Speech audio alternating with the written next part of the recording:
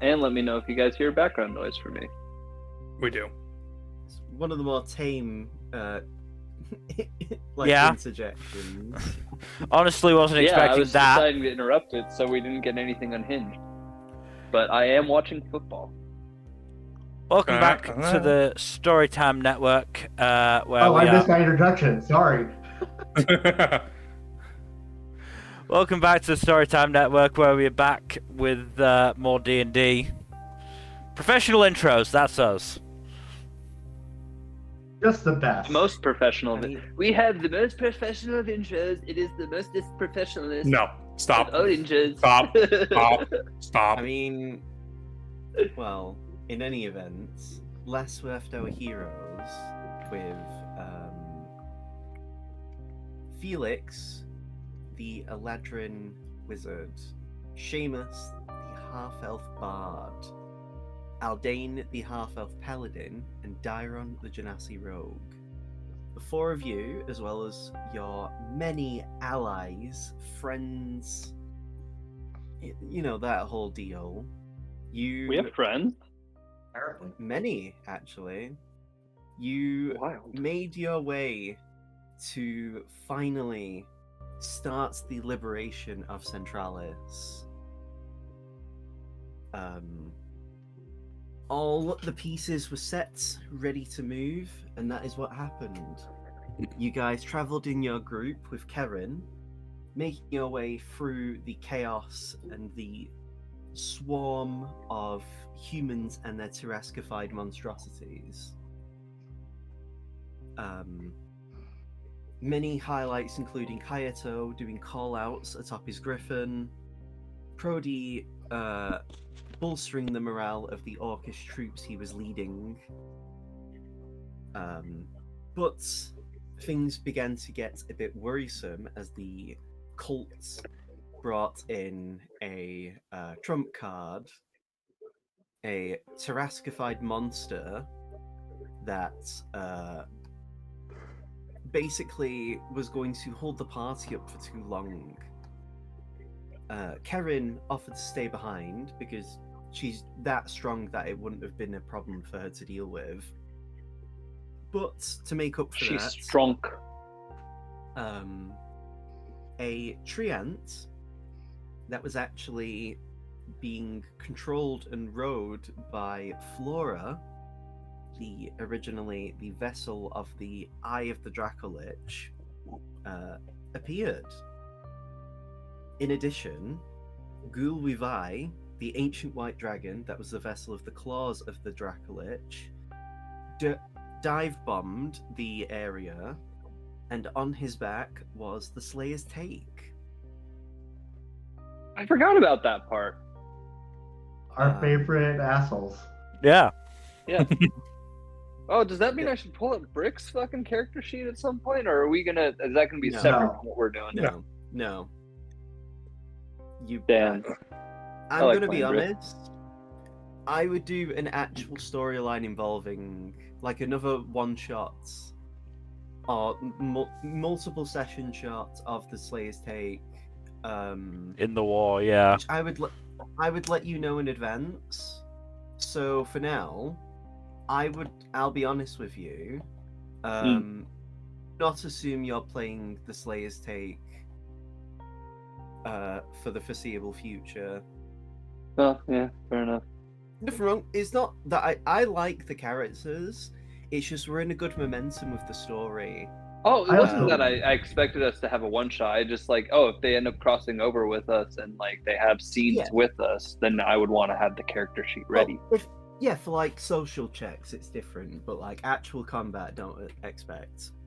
But for now, so with the Slayer's Take and your other allies working together, the four of you, as well as Rua, made your way to the gates of Centralis. Rua, with his Ravager arm, punched down the door. At that point, the five of you went your separate ways.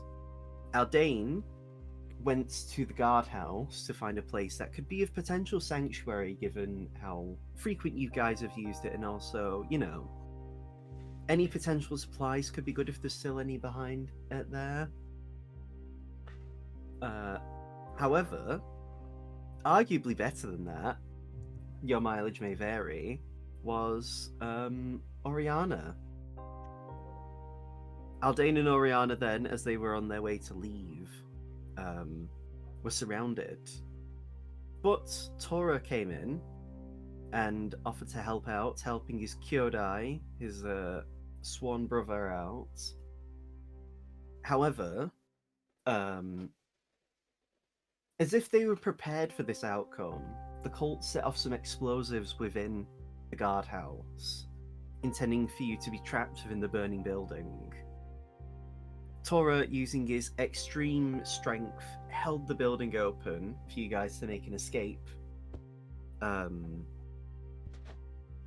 Effectively leaving Aldane to deal with Zaros. As he should. I mean, Tora has just as much of a personal stake with Zaros as Aldane does. Yeah, I know, but I mean, it feels like that's our fated fight, Aldane versus Zaros. Yeah. We also have another feels fated that- fight with Felix coming up. And Well, Yeah. Chiron. Yeah. Well, so, as Aldane and Oriana made their escape, Tora was left behind in the crumbling building, his fate uncertain. Felix and... I nearly said Zaros. What a Felix double is act on that our would side be. again. Plot twist.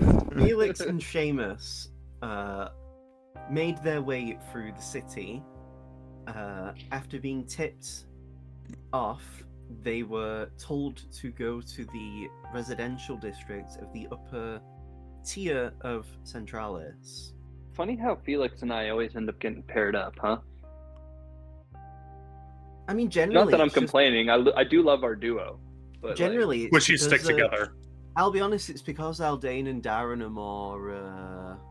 They're more willing to generally. the rogue and the be- paladin, I know, is always like a fun dynamic. I get it.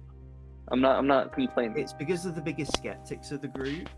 So usually I can throw more foreshadowable / things that will go over your heads against used to, without them two getting in the way of potentially spoiling things early. That's the whole reason why Refacule was with you two and not them two. Oh, it would have been. It's because It Darren was and so Aldane, bad. Darren and Aldane would have clocked them immediately. So I preferred the idea of the skeptics it's got. because Felix and Seamus are fucking dinguses. It's not. Okay. It's not because you're necessarily dinguses, but it's just because of how you guys play the characters. Like, And because Mil, Dar- I need your help here. What? like Darren- Felix and Seamus I are need the brain more. cell. Felix, give me the brain cell. Like Felix and Seamus are far more. What's the word? They're far less cynical. that, and also with Refacule, Felix and Seamus weren't in an environment where they needed to necessarily flex their knowledge. Just like how in the Land of the Dead, Aldane and Dairon weren't necessarily needing to flex their social acumen. That was the whole point of why the groups were what they were, because it basically meant that, like, I could set the story in such a way where nothing could be damaged. Not damaged, but, like, I could tell the story I wanted to tell in the pacing I wanted to tell it. That's Yeah, all. That makes sense. Heaven forbid the GM does personal decisions like that. But anyway, How dare you? Felix and Seamus made their way to the upper districts and eventually found Oryx, who had been, you saw the extent of what they'd done to him. He was in such a, just broken state. It was very difficult for him, obviously. Man's got real fucked up. But you helped him out. You brought him to the underground section of the city where several other people were. Darren found Sora. No, Darren found Cammy first. Cammy, who decided to shed her skin in an attempt to escape her pursuers. She then gave Darren a note for where to go to the underground, where then Darren met Sora, who then showed Darren where was the best place to go to in the underground and the best route. Meanwhile, Rua went to the town hall of the general area with his astral self to bolster his voice and a never before used arm that was effectively just a megaphone. Rua sent his voice all across the city, effectively inciting a riot within his own people to get them to help you all with fighting back. With their king returned and hope being brought to them, the people rose up and fought back, allowing the rest of you to maneuver through the city with less trouble. Oh yeah. You guys are in the underground of Centralis. Oh, and we're getting some feedback. Yeah. With on my Sora. end. Yeah. Yes. Sorry. With Sora. The only, I believe before the session ended, it was brought up about going to the castle, because it's very likely that's where your quarry would be. All of our quarries. Which means dealing with the Satyr, dealing with Hanakoma, dealing with Zaros, dealing with Throne, and of course the rest of the Cult of the Tarask. Gotta have a fun boss rush.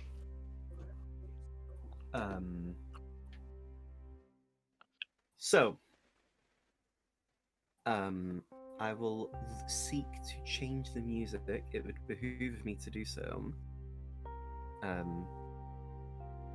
But yeah, you guys would have had a long rest as well. So when your resources you've used do come back, Hooray! you don't need to worry about that. Whoa.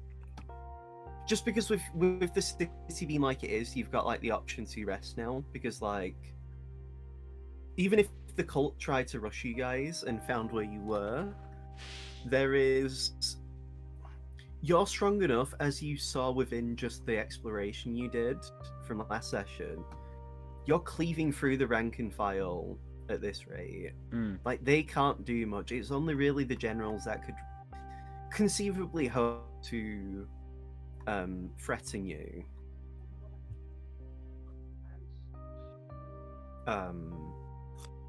And even that is like, from what you were told, would have been told from Ernest, as to his knowledge, Colgan is the most dangerous. Purely just because Colgan is like, one, he's young, so he's in his physical prime. Two, he is extremely strong, as you know from when you fought him. Even though he's just a fighter, he still is pretty scary when he gets the chance to do good hits. And he is also just extremely well trained.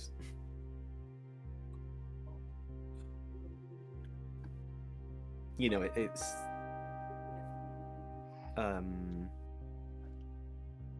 He's not just strong, he's competent. yeah. Like, he's smart. He's in basically the prime of his life, which most of you guys are as well. But like, yeah. Colgan isn't flashy, he's very effective.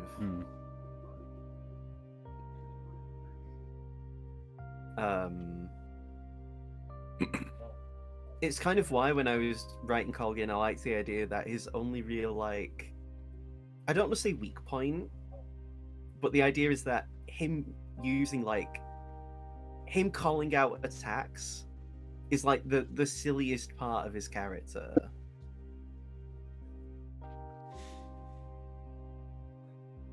Like when he's saying Regicide Rend for like Yeah. Or Did scintillating. he just call out his attack? slicer. Ah, God! Like scintillating slicer as well. Like that's the silliest his character will get. He may be an anime villain, but he's still a villain. I wouldn't even say he's more of an antagonist. I'm just making a joke. Yeah. Is this the one I wanted to use? No. Oh my god. But yeah. So while you would be resting, by the way, what's the way to describe it? Sora would have told you that they did some reconnaissance, and it seems like a lot of soldiers have moved to head to the castle. You know, to basically like Fine. be prepared for like you guys making your way there. You know, it would be foolish of them to not respect your presence. Yeah. And as we know, these people are never capable of being foolish. Well.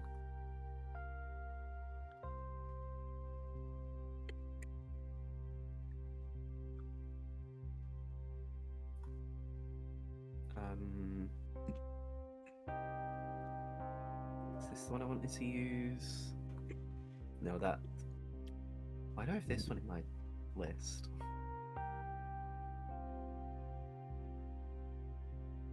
You like the way it sounds? No.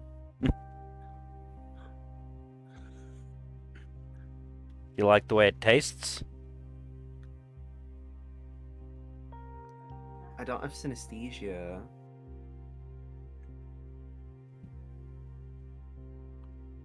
Here's the one we're using. This is the first time I've ever used this in the campaign. Oh boy.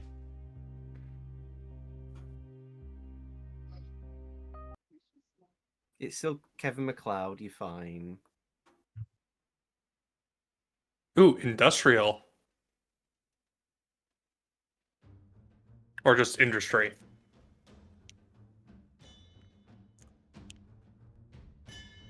And so, as you guys are ready, you know, you've had your long rest, you've been, you know, at this point you're ready for what's to come. I'm gonna make a D4 roll for someone. Okay. Dyron, you actually get ascending. Oh.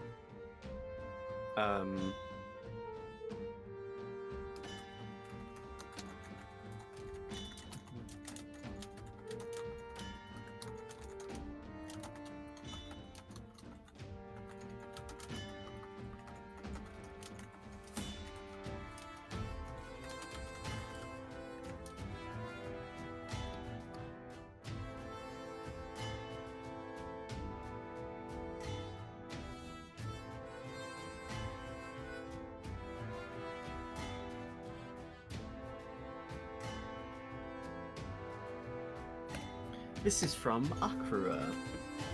Oh. Oh boy.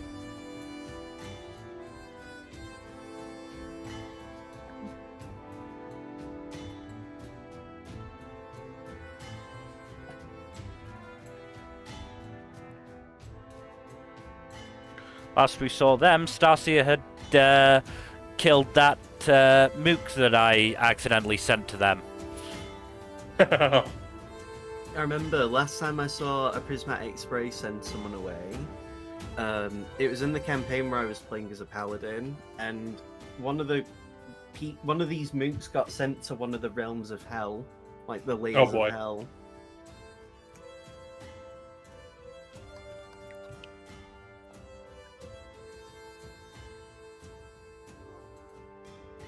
It's really funny. That paladin character is actually one of the few characters I've played with that hasn't become an NPC in this setting.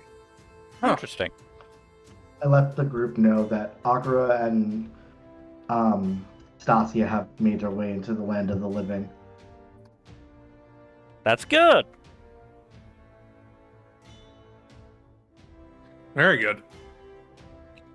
Well, I told them to send ascending once they're more aware of their exact location.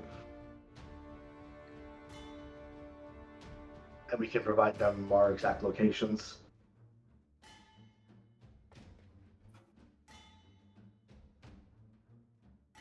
So, with that sorted, I assume you make your way to the castle? I let Felix know that a certain satyr is there.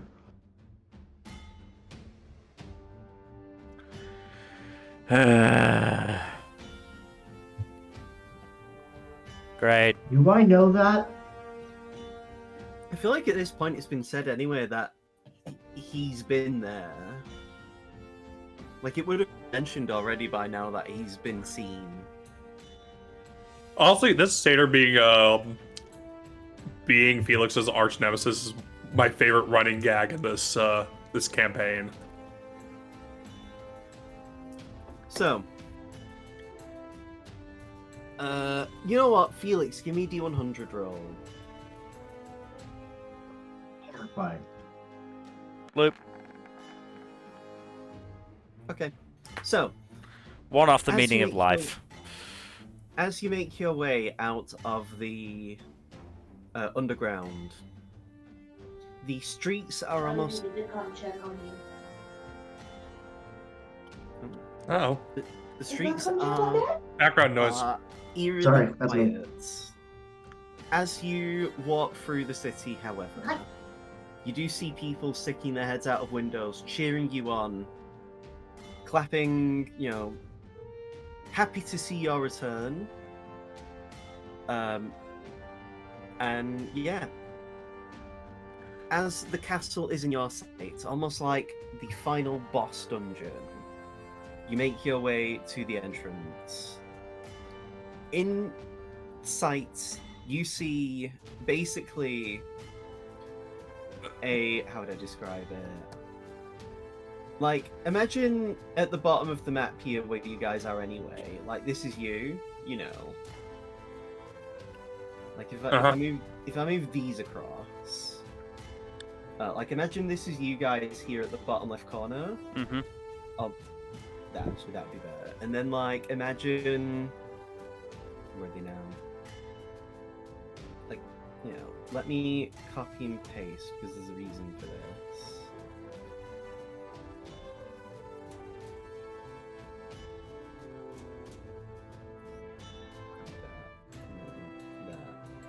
That, and then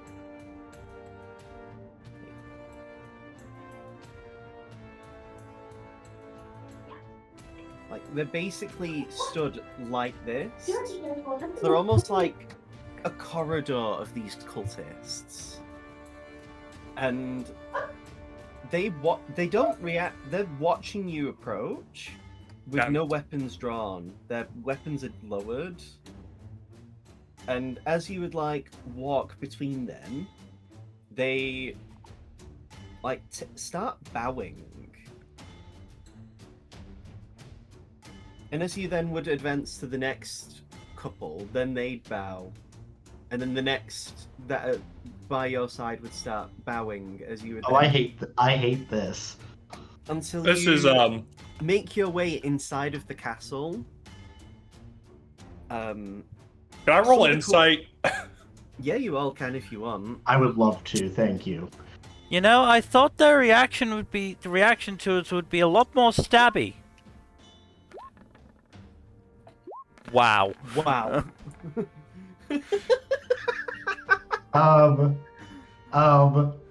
So Rua and Aldane think that they're ready to just kill you guys. Like, they're setting you up for a trap. Everyone else, it seems like they've been ordered to wait for you. Dairon, it's very likely, specifically, they were probably ordered to not bother engaging with you because you would probably just wipe them out. You do see a few of the cultists who aren't bowing, and it's because they're basically holding back some of their Tarascified creatures on leashes. But for the most part, these soldiers of sorts are watching, letting you inside, Rua's own castle. One of them, who seems to have a bit more distinction to themselves than the others, basically tells you they're on the rooftops. If you follow me. This is very, very weird. You are led to the rooftop. As you walk through the halls of this castle, eventually, you are brought to here. Oh boy. At the top of this castle, you see, going from up, top to bottom, you see a shirtless satyr with gnarled horns that seem to have grown misshapen. Oh, look, it's your best friend. Where his missing pinky finger would be, has been replaced with this, regenerated digit that looks completely alien to the rest of his hand. Parts of his skin are patchy. Half of his face looks like it's a face belonging to a completely different creature. He's the most rabid of the five before you. Oh, Lovely. did prison not agree with you? You watch as he slowly looks to you, and you notice his mouth has a muzzle on it. That sounds right. It's crudely done, with many leather straps across his face. You see gashing claw marks in the leather. Next is a similarly shirtless being, a red feathered Kenku. Although, compared to Sora, who is a more vibrant red, full of life and colour, even though he is the kind of person he is, this one's colours are a lot more cooler in red. His body looks emaciated, as if he's been barely eating. And this his wings asshole. have mutated, seemingly merging with his actual arms. If anything, he looks like he's devolved.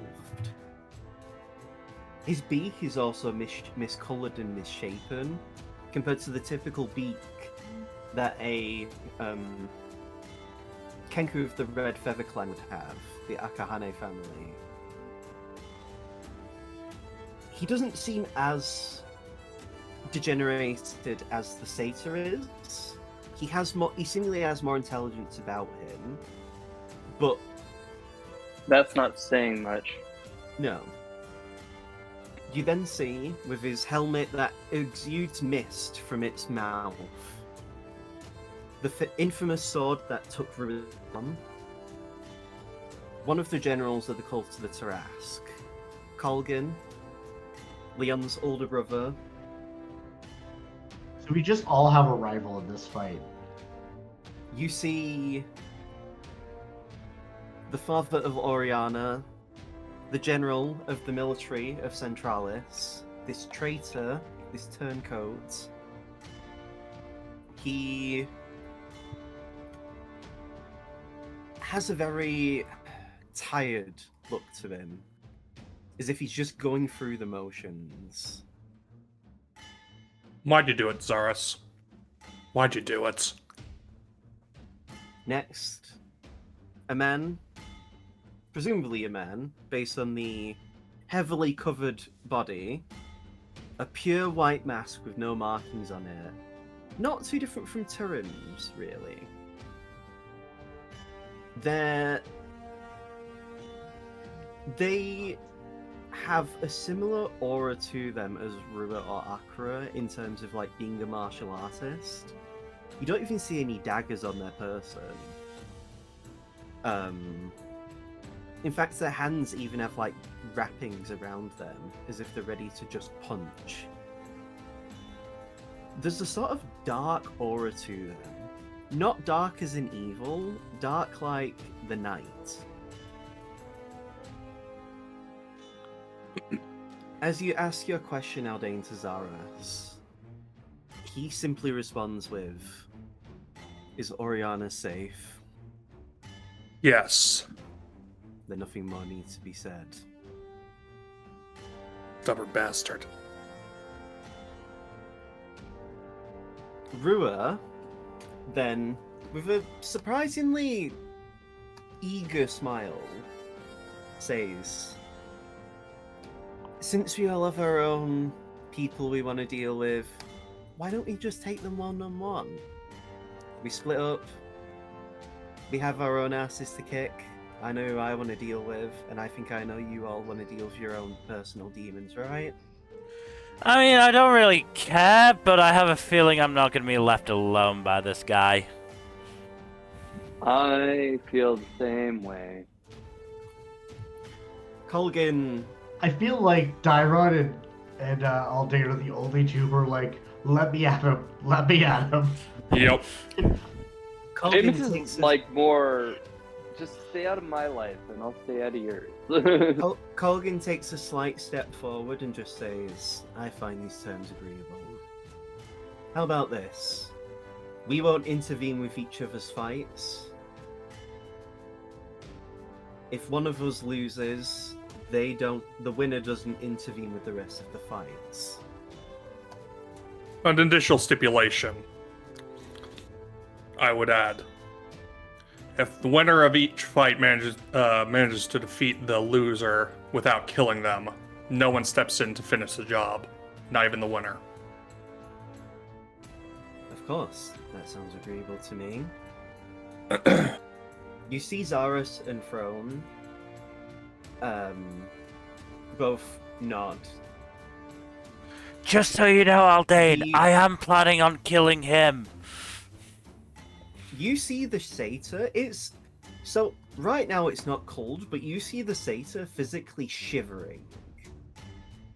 It's hard to tell whether it's out of cold or even like an anxiety.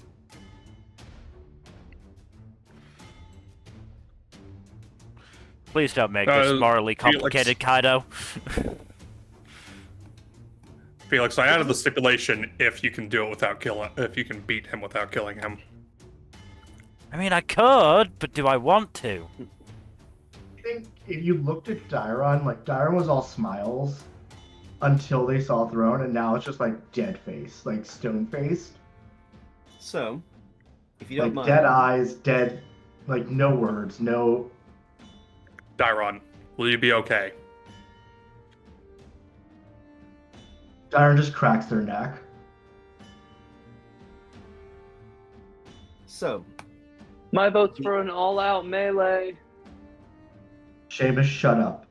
as the four of you make your way to your respective quad areas of this map, Seamus, I'm bringing you to the upper right of this map. You can move yourself within, and I'll draw a space, like a square for you. You can position yourself anywhere within, like, Oh, you moved. Yeah. Me. Okay. and I'll be doing the same for the rest of you. As Felix, you are brought over to here.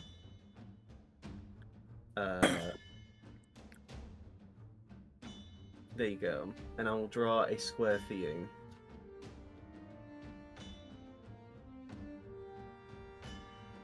Actually, I'll just copy paste the same square I did for Seamus.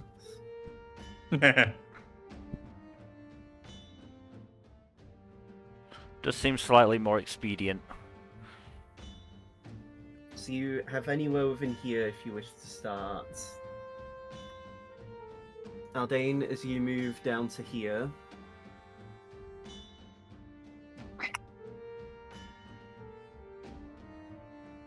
This is your section where you can choose to start. Gonna be Dairon starting melee range, obviously. and Throne are over here. By the way, these like would be raised parts of the roof. The highest point goes to about. Let me just check how thingy. The highest point goes to about 15 feet up. Mm. Are they like solid Yeah. underneath, or can we like go under them? It's basically just like a how would I describe it? Like a cone that just points upward from the ground. Right. But yes, this is your squares. As Rua, not to be thinking to like giving Rua more prevalence, but this is his castle. This is my square. It was made for me. This is literally my home country. This hole, it's just for Actually, me. it's really funny. Rua technically only Aldane is the only native person from Tyrol. Literally everyone else has had ancestry from another continent in some capacity. Because Rua's dad came from the continent from the same continent that Seamus, Dairon, and some of Felix's ancestries were from. And his grandmum came from a different plane. Like, I can imagine Aldane's the only one with, like when does Ancestry.com, and they find out their families literally never lived anywhere but the general area. Hmm. I imagine it's like that for Aldane.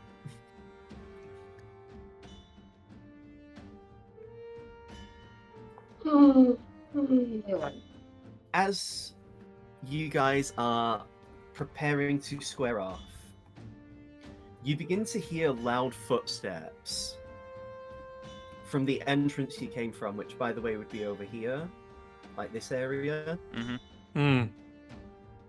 You see a familiar person. Ew. You see a Oh, hey, Tora Tora. covered in various bandages. He looks pretty beaten up, but he's trucking. I didn't want to leave you alone, Kyodai.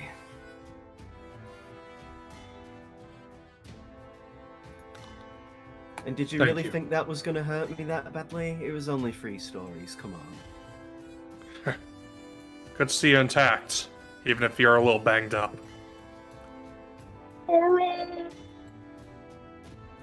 I hope you don't mind me getting involved in this fight.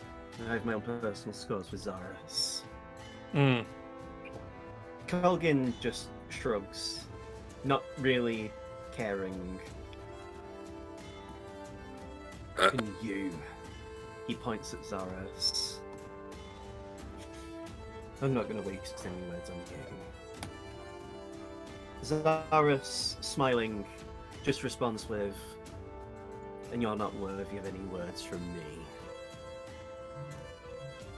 Both Zaris and Tora do the Yakuza style, like, tearing off the shirt. As Zaris takes off his shirt, you see he's covered in, like, any scars that are on his body have been replaced with Tarascified flesh. You see most of his stomach and some of his torso is, like, been changed to the pigment of the Tarascified flesh you're familiar with dealing with. If you want to, Aldane, Dude, and Zaris, follow suit, damn, what the fuck? because Sorry, was Zaris that- and both Zaris and Tora will be doing just punches, and you can as well. If you choose to do so, for going like your weapons, you'll still be allowed to do smites. You would have an AC of 16. What, not even my armor would allow me to, So if you were to follow them by going like shirtless and like weaponless, again you'd have an AC of 16. Tora's with you, which is why I'm suggesting this is possible. Do it. You would have Do it your for the smite- aura. You'd still have your smites. Any effects that involve weapons, you would still get all the benefits of with spells or attacks. Your punches would be dealing a D8 per damage. Ooh, nice. If you would like to do so, you can. It's no pressure either way. Sure. Aldean tosses off his breastplate and pauldrons. Yeah. As you reach for the collar of your armor, in one swift motion, it comes off your body. Damn. Hell yeah. You've seen Akra do it enough times, you just decided you might as well try it, and it worked. Maybe you should always do this for taking clothes off, it's so much easier.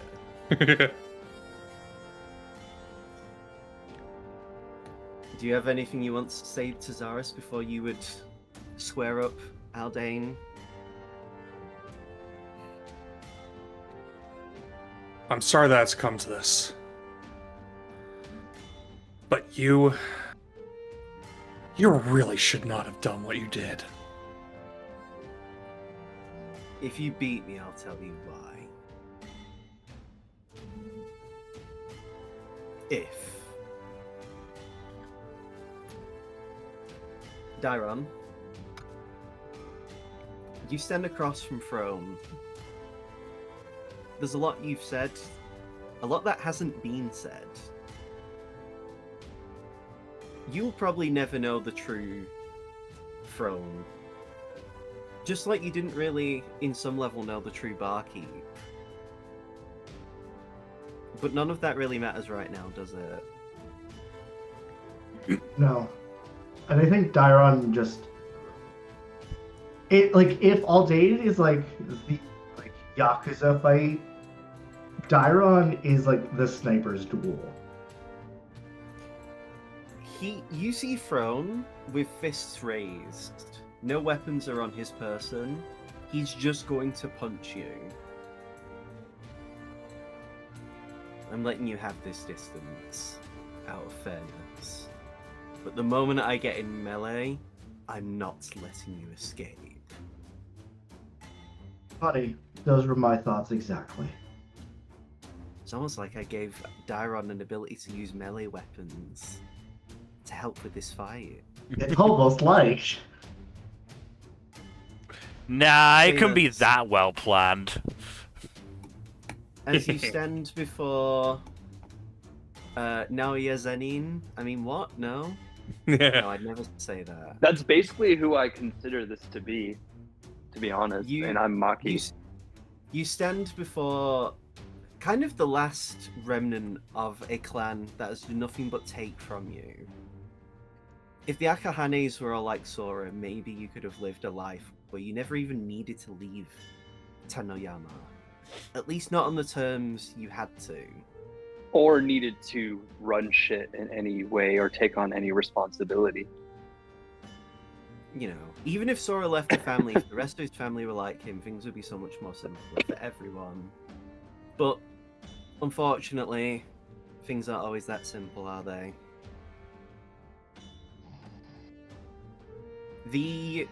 Man, why couldn't you have just been a fucking reasonable person? Are you trying to say I should be like Sora? To be honest, yeah. Why not? He's cool. He's not a lunatic, and he's reasonable. When I'm done with you, I'm going to make sure that everyone that you've ever known will suffer the same fate as your family. Well, now There that's won't just be rude. there Now won't be- I gotta kill you, man. Like, I'm trying to be nice, and you're just out here. There will not be Okay. enough. There will not be enough land to bury the bodies that will be behind me when I'm through with you. See, that sounds like a skill issue, because I would definitely find enough land to bury all your remains and the amount of pieces they're about to be in. And Felix, this guy is harassed. He's harangued you. You wanted to just spend a casual day playing mahjong with your friend Ration. This guy lost a finger. He's lost a horn. He's lost his dignity. He's lost any pride he could have had as a person. You know, when you lay it out like that, it seems like there's slightly lower stakes than the others. Even so, he's still become a threat. He's still allied with these same people. If anything, he's worse because he's clearly more outwardly depraved. He's more willing to sink to the levels he has for something so stupidly petty. Sometimes petty is more dangerous than evil. And to be fair, Felix, ultimately, you don't know what he'll do after he's finished with you, if he somehow could beat you. So... Hey, the It first thing does that comes to help. mind is going after Ration, and I can't allow that. Well, Wherever Ration is. that's the thing, you don't know where Ration is. Sadly, right now, and it seems to be a thing at this point, you can't really rely on him. I He's see. seemingly not turning up I to see. appear. He's seemingly not turning up to appear like Tora did for Aldane. By the way, No, that would be. when I see Tora and then Aldane and Zaris all tear off their shirts, I just look at that and go, I'm not taking my shirt off. I mean, this satyr is shirtless as well, but it doesn't seem to be like. How would I describe it? It doesn't seem to be a thing he's doing for like aura. It seems to be he'd probably end up tearing any shirts that are on his body off. He just seems to be in that mental state where like the slightest thing will just send him to a point where he will just be a ravenous beast. If anything, this is probably the most devolved you've ever seen of anyone who's undergone terrastification.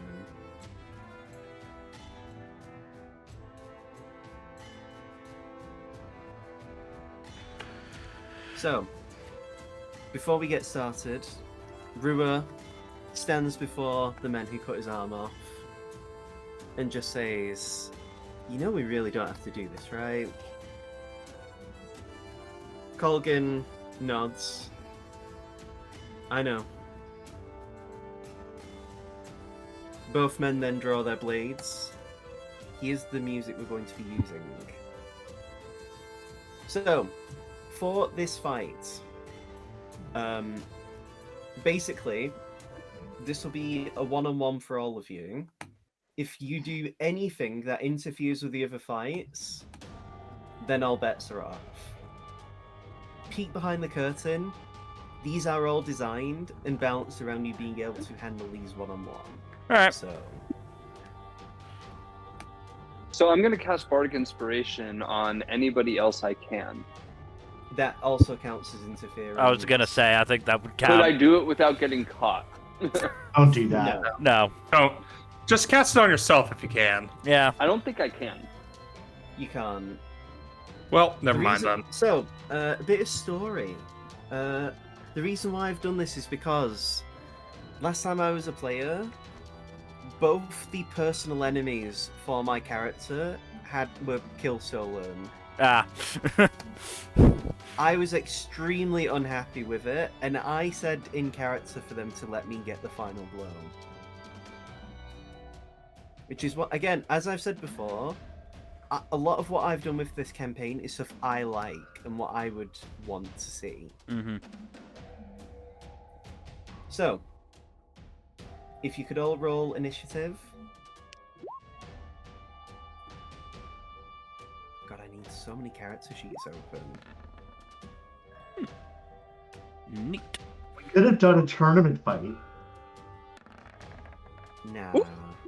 Baby! I did Oh, that's actually terribly. not bad. I did terribly. Oh man, what am... Damn. It honestly fits, to be What am I fair. gonna do?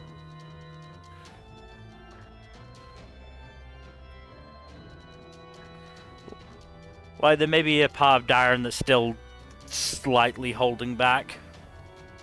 If you look at the censored post I fingered in the general chat, those are the boss subtitles for the enemies you fight. Yeah. Also, am I correct That's the vibe for each fight. That wasn't what I had going into it, but if the Aldane and Zaris is absolutely on point.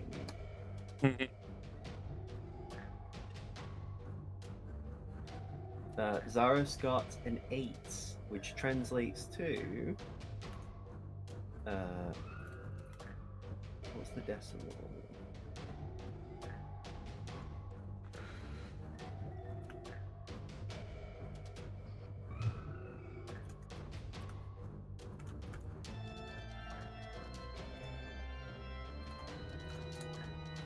Okay, Hanakoma got a... Wow, okay.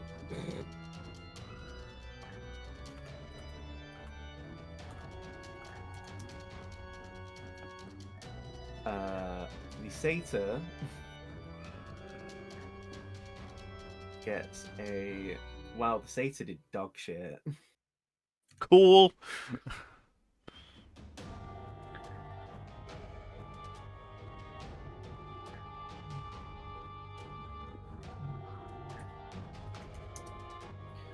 Throne.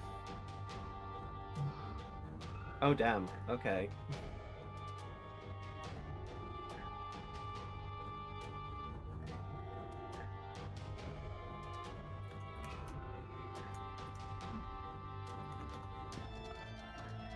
I don't mind if Dairon dies, by the way. Okay. Great attitude to take. Yeah, and what the fuck? Oh yeah, Tora needs to roll. Okay.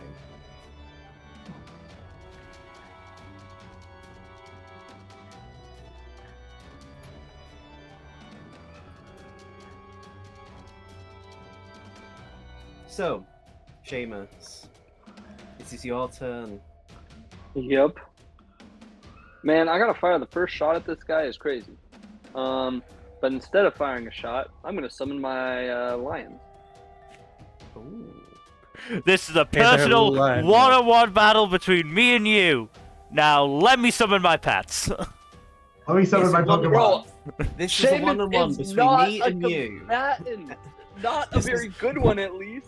This is Time a, to this is a one- this is a- duel.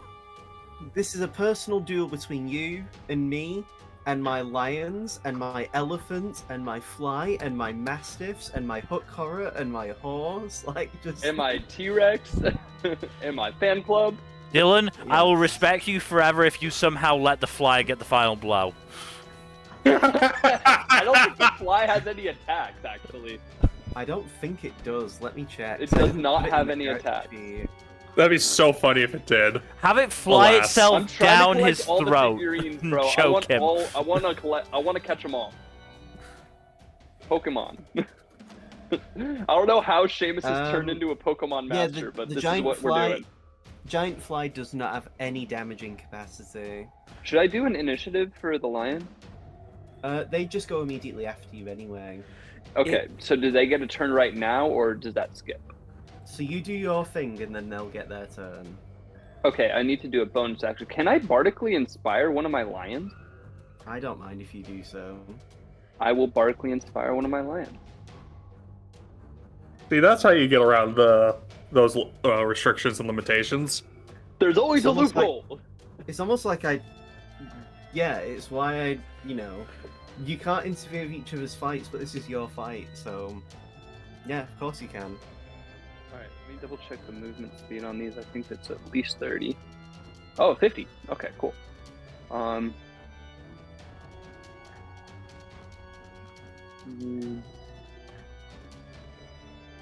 Okay. So, we're going to go ahead and... Can I move both of them in tandem so that they can both get an attack with advantage, or do I have to move one attack and Yeah, then move you the can- other attack? You can have them both move into place so then they can both get flanked. You Okay. still haven't done so- your turn, though. Or was that? Oh yeah, you did. Yeah. Your Yeah, I action did my was bardic action. inspiration. That was it for my turn. So now That's I'm going to fine. go bite. You could roll for bardic inspiration. Yeah. We'll just say that's the one that was inspired. That hits. 18.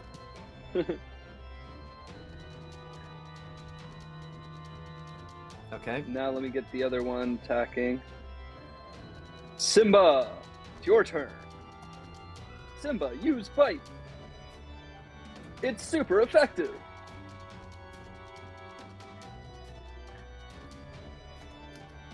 He takes a few bites, but he doesn't seem that bothered.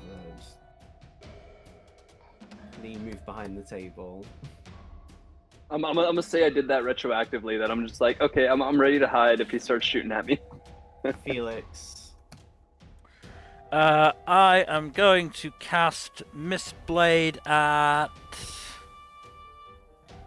Yeah, 6th level. Oh, okay. And gonna go in. Gotta get in there. As you go to strike, his body seems to almost exude this, like, energy. Every time you make a magic attack roll against him, you have to roll a d4, and that is subtracted from your to-hit roll. Okay. So roll your attack dice. Give me a d4, and we'll see if you actually hit. You still hit. Cool. 26. So as you even connect, even the actual strike on his skin doesn't feel like it should have hit as deep as it should do. He's wincing in pain. If you want to give me an Arcana check, I would allow it. It seems as if the Tarascification has put his magical resistance into such a level of overdrive where even attacking him with magic seems to be making him resistant to it. Because as you would know, satyrs are magically resistant, and so is the Tarask. Alright. So it seems as if his magical resistance has been bolstered to even take less damage from magic. That could be slightly awkward.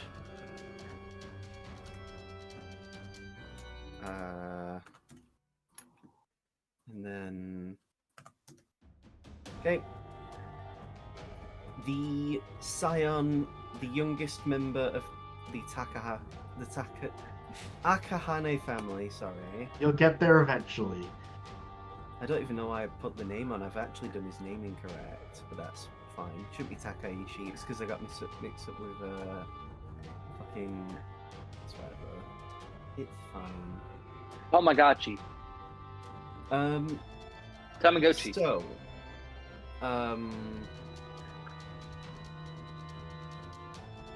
it's fine. The Feathered Fiend, his feathers seem to almost warble in appearance as he does a swing with his feathers at the lion that just struck him. Is that something I can counterspell, or is that just a physical attack? It's an attack that he's doing. Okay. He hits for 10 points of slashing damage on the line to the top. Okay. He then does a strike at the line down below. Hits for 11 slashing damage. Okay. He will then... You watch as his neck inflates before he lets out a sonic breath at you. Can I counterspell that? This is an attack, Mm. not a spell. Damn. A 21 hits. Yes, it does. I like how it wasn't even a question. Seamus, you take 9 points of thunder damage as he basically Ouch. blasts you with a yell. Hey, only my words are supposed to hurt people. You've never used that spell in the last several months, let's be real. I mean, you're right, but hurtful. Also, I think the times you've used cutting words can be counted on one hand.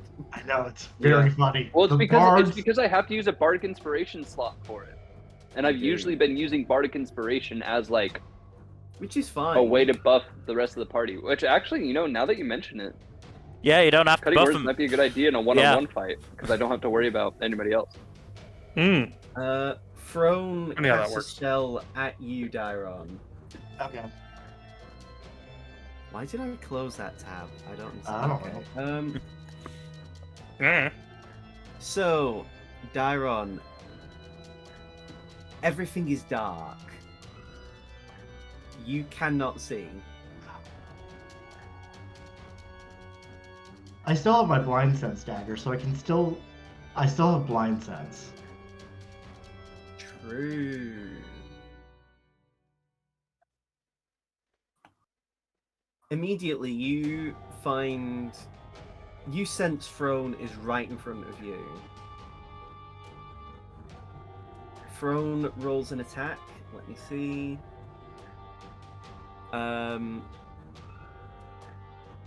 21. That hits. You take 10 bludgeoning damage, Okay, and I need you to make a Constitution saving throw. of course.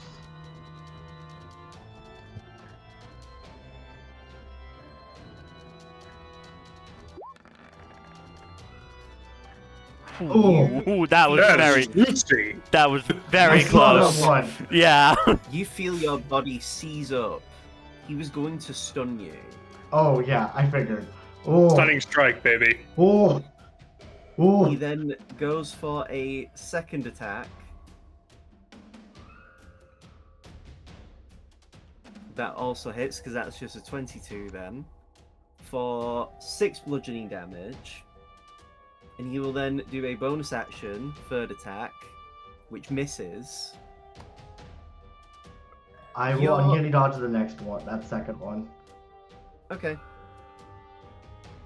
So you only take 3 on that second one. 3 damage, yes. Aldane, Haldane approaches Zaris. Oh, you're approaching him? And instead of running away, you come closer.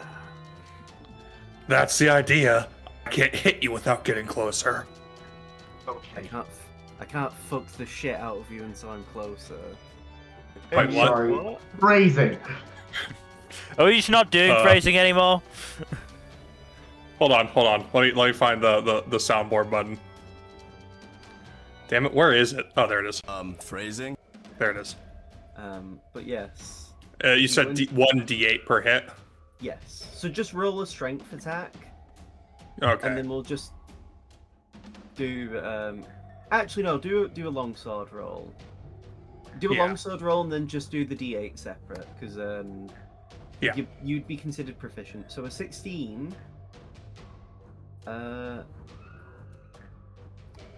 Does that hit? Does not hit. Alright. Well, I still get 2 attacks. You do. That does not hit either. Does not hit.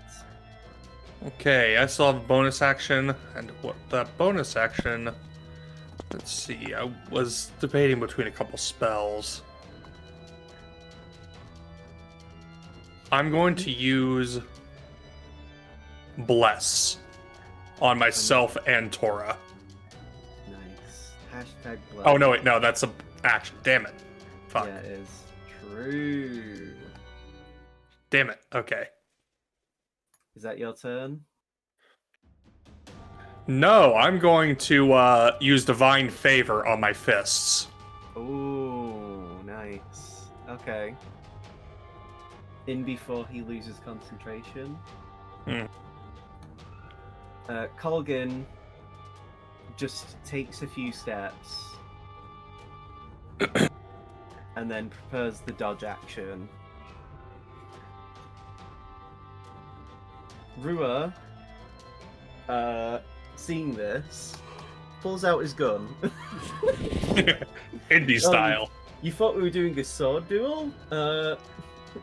Yeah, but not right now.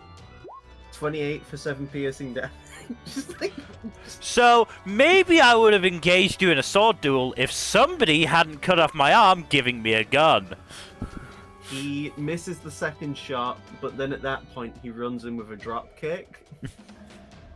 Actually, no, disadvantage. The first shot doesn't even hit anyway. So yeah, Rua misses both shots and then goes in for an unarmed strike. Does that even hit him? Yes, it does actually. For 5 bludgeoning damage, which is minimum damage, but it's fine because Rua's actually trying to stun him. Does it work? We will see. Next time on Dragon Ball Z. Colgan has a fucking +9 to this. Jesus. That one. He rolled a 2, a nat 2. You watch as Rua drop kicks him in the gut. Colgan's like, that did barely. And then he's stunned. That's how you do a stunning strike. Dairon, you have sights, so you still can do melee attacks. I assume you activate your weapon. Yes, I do. Very nice. And I do have blind sight. You do. Do I sense him up to 10? Is he within 10 feet of me? He is right in front of you, so yes. Great.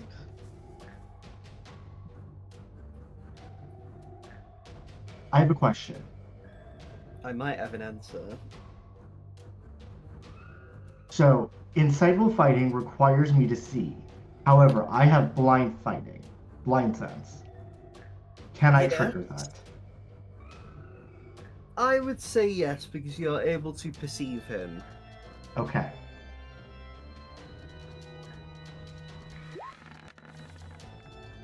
If he moved out of your blind sight range, then no. Okay. It's like he could just take a step back and then like you wouldn't get the benefit. Yeah. You'd have to then chase him if you could find him. Can I get a sense of where the cloud He is? fails. So you, before he cast it on you, it seemed to come from like your chest. I see. So it's on me. Yes. Okay. Alright, I'm gonna strike with my it's a dagger. The dagger attack.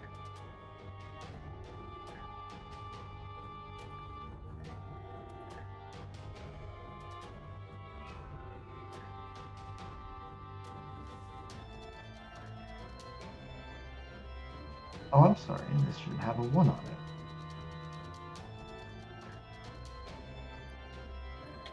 Sorry. Okay. My thing got undid, so. We love Roll20 for that.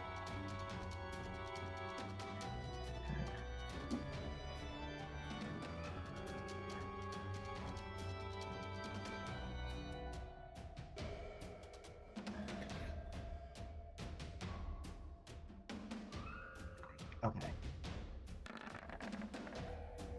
20. Damn. That hits. 29 points of damage. And it's thunder. It's lightning damage, Lightning? sorry. I was gonna say. Very, very frightening. Perhaps. Yeah, you do the damage.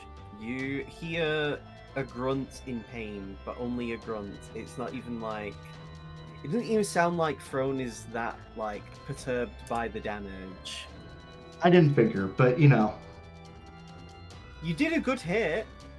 It doesn't resisted it. It's just he's seemingly taking it on the chin quite well. I mean, Zarus flies into a rage, Yep, of course. which is why Tora's here, to make this fight not take ages. I was gonna say. As Zarus channels energy in his fist, his entire right arm bursts into flame as he is doing a new version of Searing Smite. I He's going imagine. to hit you with a Scorching Smite. I imagine Zaris is using the image of Aldain and Oriana alone in her room as fuel for the rage. Wow. He will hit you with a 27 to hit. Yeah, that's gonna hit, no matter what. So you take, wow, max damage as well. What's that? 16 bludgeoning damage. Oh boy. And 7 fire damage. So 23. And at the end of every turn you have, you will take 1d6 fire damage until someone uses an action. Oh no, sorry, you need to do a con save. You need to do a con save. So do the con save. So you don't take the damage over time, but you still take the 7 fire damage right now. And that's to maintain concentration. And then he will punch you again for a 21. Which That will hit. hits, of course. To be fair, you, Zaris, and Tora all near enough have the same AC, which is why, you know. Mm-hmm. Also, Zaris hasn't actually leveled up since you last fought him. That's crazy. How much damage do I take on the second one?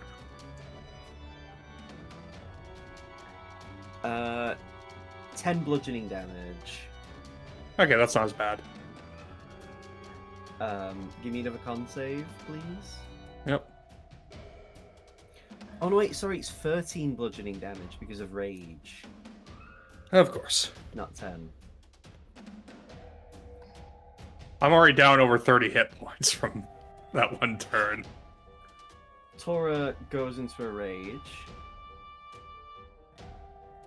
and attacks Zaris with a 16, which does hit him. No, it doesn't. Zaris' AC is 17. Yep. Good Oh God. my god, bro. You said you balanced this, man. Zaris, like, running a hand through his head, just slaps away Tora's attacks. I see we've all watched the JJK episodes. There's been so many redraws. I've seen like 15 different redraws, yeah.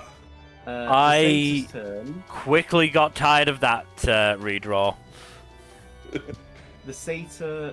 to be fair, I prefer it over the Kakagurui one, where it's the woman grabbing her boob. I didn't even see that one, to be fair. It was really popular in gacha fandoms. Well, that explains why I didn't see it. The Satyr, with his muzzle falling off his face, lets out an ungodly shriek. I need you to give me a wisdom saving throw. Right. We just check something real quick. This isn't a magic attack. No, I wasn't checking that. Yeah. Okay. It's almost like I've done certain things with like non-magic, so you can't counterspell it. I will have an extra +2 to this because of durable magic. Very good. 24. You do pass, so you don't take any damage. Neat. He will then do a lunge attack, trying to headbutt you with his gnarled horns. Alright. Missing. Cool. Seamus, this is your turn. This would actually be a really good time for you to be using Vicious Mockery. I think so, actually. Because I need to double check it, but I don't remember. I think it gives them disadvantage. Yeah. It But, does. oops, I did not mean to put it in the chat, but That's fine. It's fine.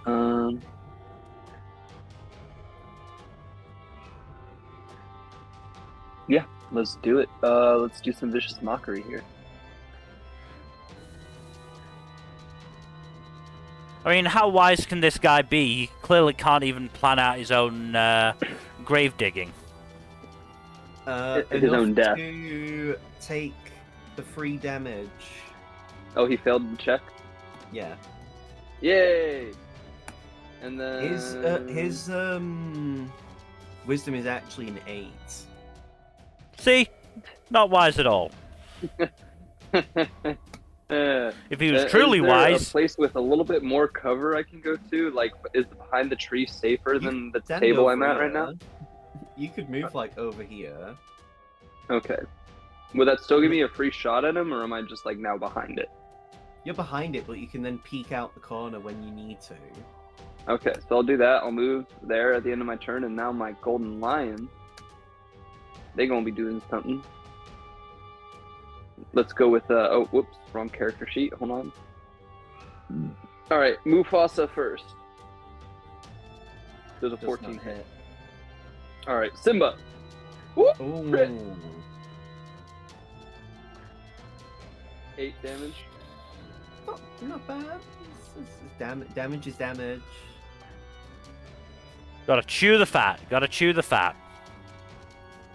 Hey, gotta chip away, chip away. Felix, it's your turn. I am going to. I mean, honestly, slightly pointlessly, phase step here. Actually, what's my ability right now? Not helpful. And attack with Mistblade again.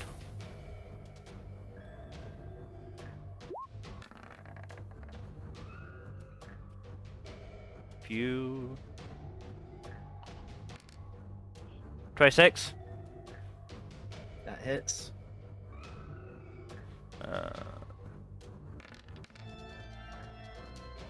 23 damage. Very nice.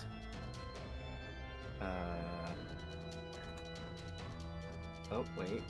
That would be...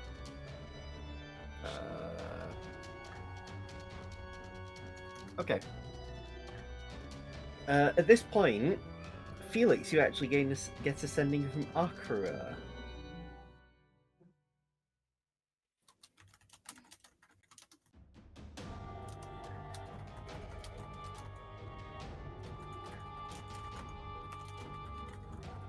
Can't wait to see what this is about. Bit busy.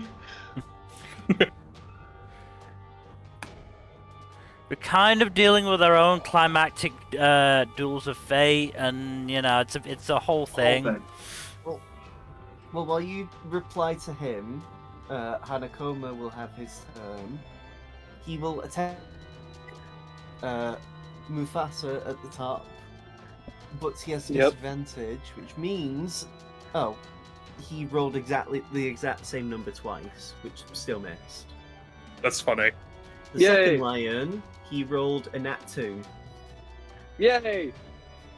Staying alive. It's like Nanami and Yuji just jumping at my top. It's like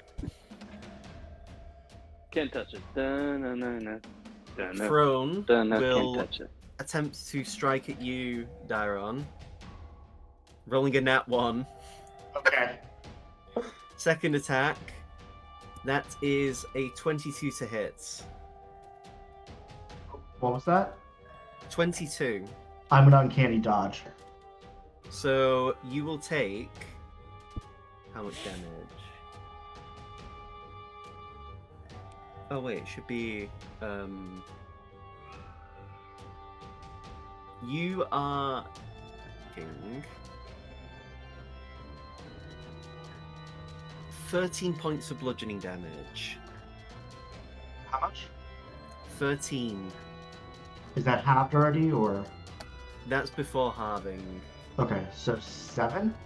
Yes. Give me another con save. Hold on.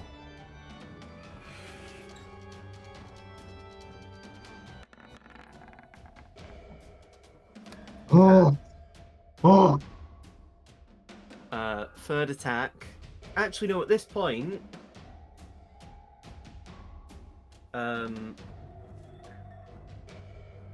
Where is it now?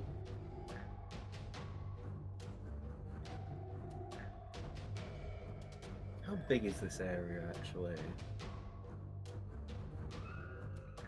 I'm just gonna do an aura around you for my sake, because I need to see where the darkness actually ends and begins. Do I'll I do- still sense him after that, after his sets of attacks? I'll do it for everyone, actually. There we go. So after those, he then blinks away. You don't know where Throne has gone. Well, shit. He seems to have teleported. What a hoe. I thought these were going to be one-on-one fights. I love the idea that Darren is just like, that Throne is like, oh shit, Darren's got hands. What Like, the I fuck feel did like- they feed this bitch. I so desperately want, like, A positive support network can do wonders, apparently. like, you know, the, like, internal monologues that, like, you get, like, Yeah. who have I posted the, like, the this One Piece arc is hilarious No. videos? You haven't. I'll look at them later. yeah, like Movie Warrior no Goofy. Yeah. And like Yeah, He just like goes at it from like like he tells the arch story Like from the perspective- Alabasta from the perspective of Crocodile. or King Cobra or the photographer. I'll have to look Oh, at yeah, them later. fucking That Jimmy sounds Shoots. funny. It's great. And I could just imagine like the internal monologue for both Dyron and Throne, or like they're having this climactic, real serious fight, and in their internal monologue it's like, Jesus Christ, this bitch got hands. Aldane, this is your turn. Oh boy. Speaking of getting hands. Or throwing hands, rather. Said longsword, right? Yeah, just roll longsword and then a d8. You can Hey, advance it. 28. Yep. Well, I actually roll a d8 plus a d4 because of my little thing, Madu. You do. And yes. 7 Sadly, you don't damage. get dueling, but Yeah. Damage is damage. he can't resist radiant damage anyway, so he's only Yep. resisting the bludgeoning damage. Wait, you need to roll the improved divine smite as well. Oh, that's a +2, right? No, it's a 1d4. Yeah. And divine So- favor. Because of all that stuff. Actually, isn't improved smite a d8? Oh shit, it is. I mean, it's your character sheet, so. Anyway, Yeah, you I'll do double hit on the check. second one though. I'm just gonna count these two bits as the regular stuff, and then I'm gonna add the Divine Smite stuff afterwards. Yeah, that's fine. So that's 8 on the second attack, and I'm gonna do the 2 Divine Smite rolls separately. Yeah. Oof, that second one. But speaking of Okay. Divine Smite, I'm going to add another actual Divine Smite, and then bonus action Channel Divinity to restore spell slots. So second level Divine Smite on the second hit. Alright. That's 3d8, right? Yes. Tieflings don't count as fiends for the sake of divine smite. I figured as much. Just wanted to double check. Okay, so Colgan's turn. Colgan, holding his sword of sharpness, will make 2 strikes against Rua. No, 3 attacks, because he's that high level now. He's that strong. Misses, hits. A d8 plus 6. 5.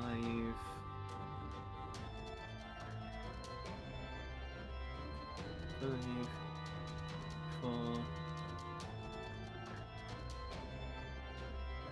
And 1, 2. Okay. And then third attack also misses.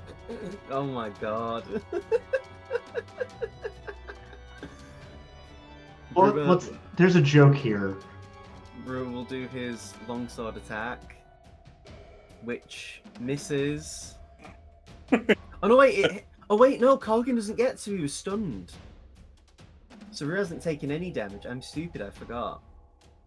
So yeah, so Rue just gets to do attacks with advantage now. I just imagine like the So- attacks he did as Colgan were actually just in his head and in his day's head going, yeah, that was a great turn from me, and he's just actually just Yeah. stood there. So 12 as well. That's pretty good damage.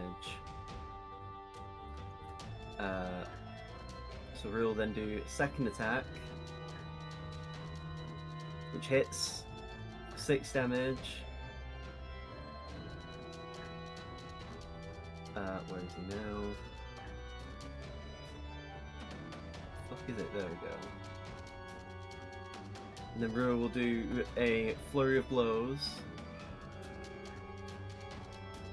which hits for max damage.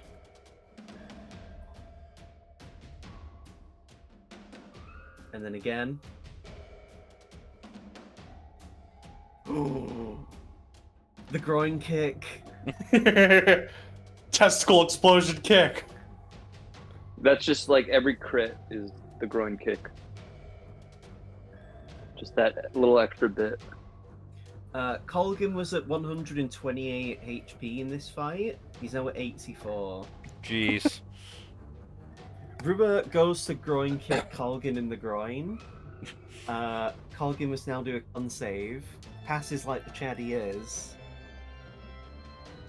But you do see as Rubber kicks him so hard, Colgan partially lifted off the ground for like an inch. And that is Rua's turn, which means Colgan is no longer... Although, actually, no, wait. One of those has got to be another stunning strike. The end of his next turn. Okay, so Rua... So after this, now Colgan is no longer stunned. Daron. Throne is vanished. By the way, I've put Throne there. You don't actually know where Throne is. Which is why I should really put him on the GM layer. Yeah. Dairon is actually just going to walk forward 15 feet. You can also do... I mean, you do also have passive perception. What's your passive perception, by the way? 28. Okay. Actually, hold on.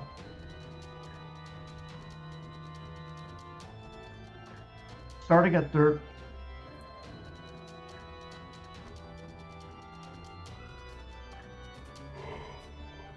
I'm gonna do that. Give me a with perception check then. Holy! Gotta love rogues, man. You sense Quite that perceptive. you sense that Throne is at the top of the like spire, the little tower bit near you. You would have disadvantage to hit though because you can't see him. Can I get up there? Athletics check. You could get up enough to be barely in melee range. Also, not to be a dick, but did he roll a Constitution save for the darkness? No. Which is why I really should. Oh, he passed somehow. Okay. Okay, Throne. I see. Can I get up there? Yeah, you can get to the bottom and be in melee range. Not melee range. You can climb up it. Yeah. Ignore me. Okay, so I can get here. Yeah. Hi.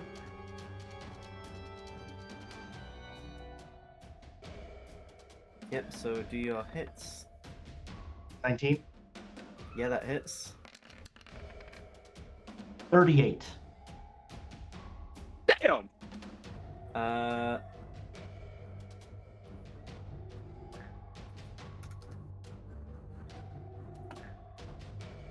The darkness is gone.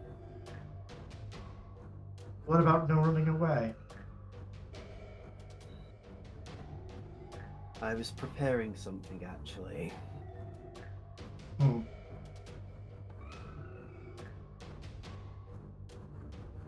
Second attack? I don't have a second attack. Oh yeah, you did, because you did your bonus action. Hey. Zaros' turn. Zaros begins to radiate fire from his body. The bits of Tarask skin seem to actually... You watch in real time, Aldane, as some of the Tarask parts of his skin seem to spread over his body as he's getting stronger.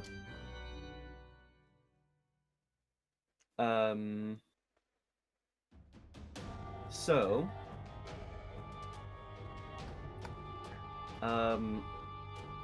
Zaros will then do an attack on... A reckless attack, I should say, on you, Aldane. Oh boy. Oh wait, why did I click Rua's character sheet anyway? I weren't even meant to do that. Zaros still hits though. Mm-hmm. I actually did worse than he still hit. So, it's fine. What's the damage? You are taking... Wow.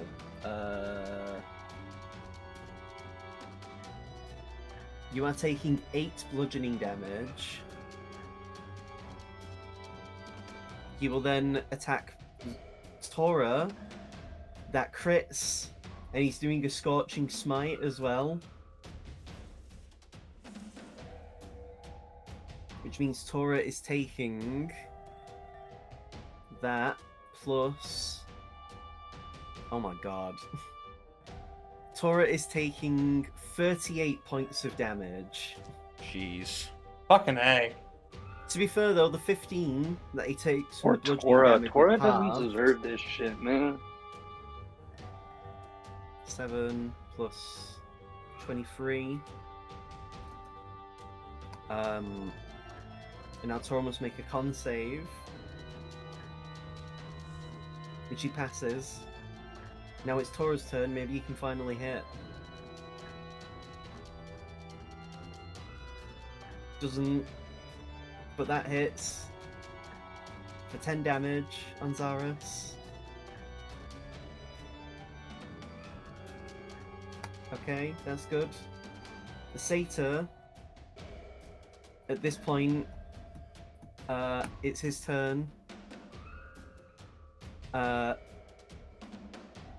Felix. Yeah? He begins to claw at his own face. And you watch it where some of the gashes in his face are. You begin to see teeth form. Ugh. As a bonus action, he's now going to start shrieking every single time he can. Give me a wisdom saving throw. Alright.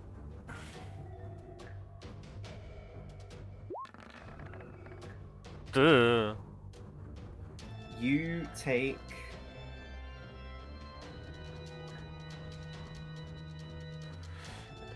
No point. 8 psychic damage. And at the end of your... at the start of your turn, until you regain even 1 point of HP, you will take 1d4 psychic damage every single turn. Oh. So you now are affected with basically a DOT.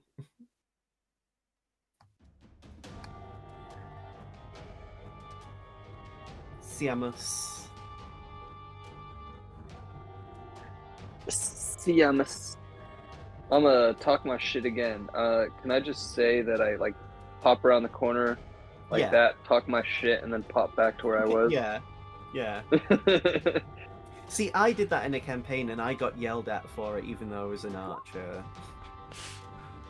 It's legitimate strategy. Make him roll his wisdom save. This bro is not wise. He felt his fails action. again. Really? That's so surprising. It's almost like his Now- actions illustrate that. Mufasa! Oh, yeah. Roll your hits. That does hit. 18 hits. For Ooh. 10 piercing? Fuck yeah. Nice. Alright, now Does a 12 hit? Probably not. No, it doesn't. Oh well. Sorry, dude. He's okay. not you, Seamus. Felix, you take 2 psychic damage, which actually reminds me, I need you to give me a con save to see if you hold Mistblade. Yep. You do. Just. Oh, the damage over time, by the way, doesn't affect your concentration. Alright. Oh yeah, I forgot. I need to make Well, a con save as well. That won't end until you heal. Mm. Okay, we're good. Unless you've got something better to use your bonus action on, like... I mean, I do. Well, I've got a healing potion.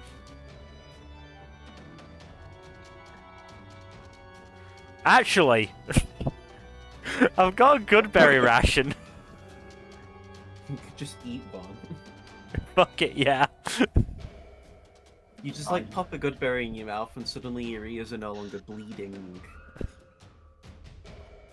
The DLC is now cleansed, but he can still reapply that on you. Mm.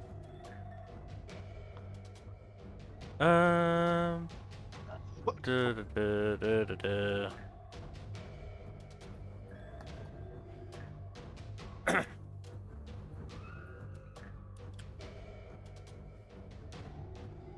I'm going to...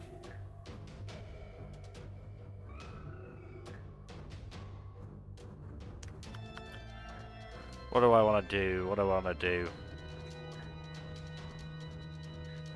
You know what? Fuck it. Because I feel like being fancy. I'm going to take a couple of steps back. I'm going to take the opportunity attack. It's a crit. Fuck. Jeez, I'm sorry. It is? Jeez. Alright. Fine. I guess.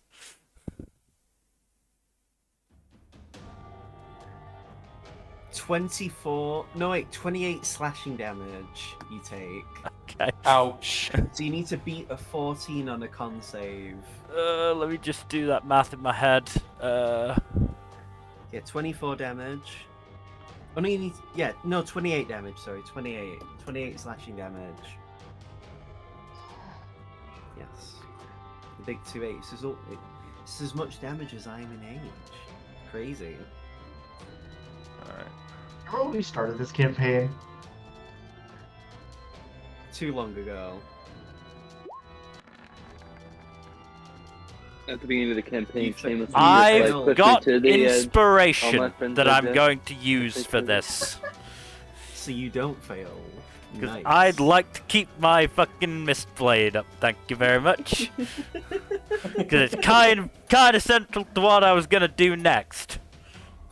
Well, you still have it up. Your sword is still up. Still wind strike. Oh.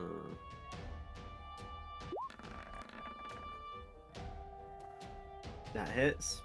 I need to take off a D4, don't I? You do. You do. Does an 18 hit? 18? Oh, yes, yeah. No, it's at disadvantage. Because all magic attacks are at disadvantage as well. Okay. Which means that's a 15.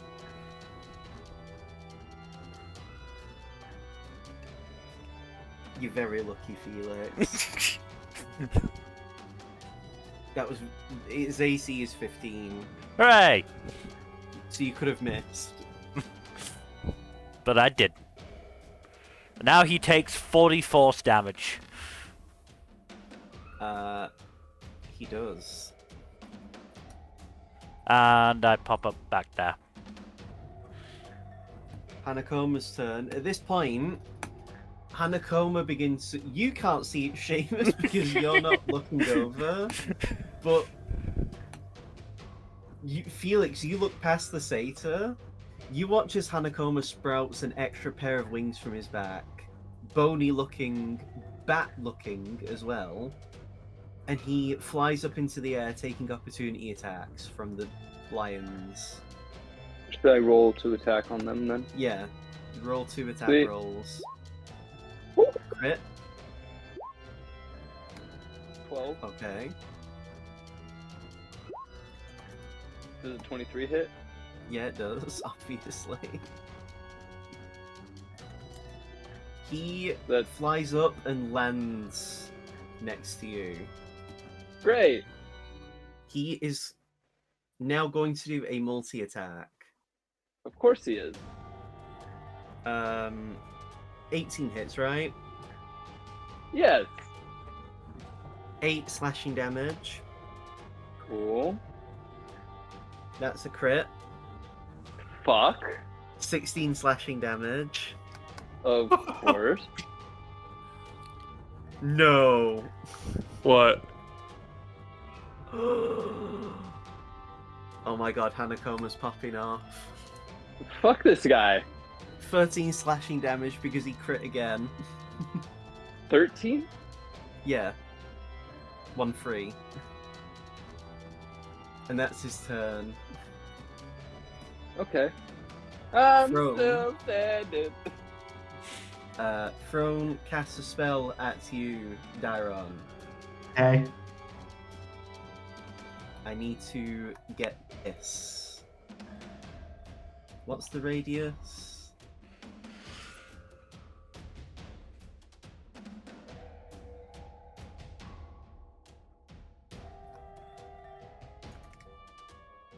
So a 20-foot radius sphere forms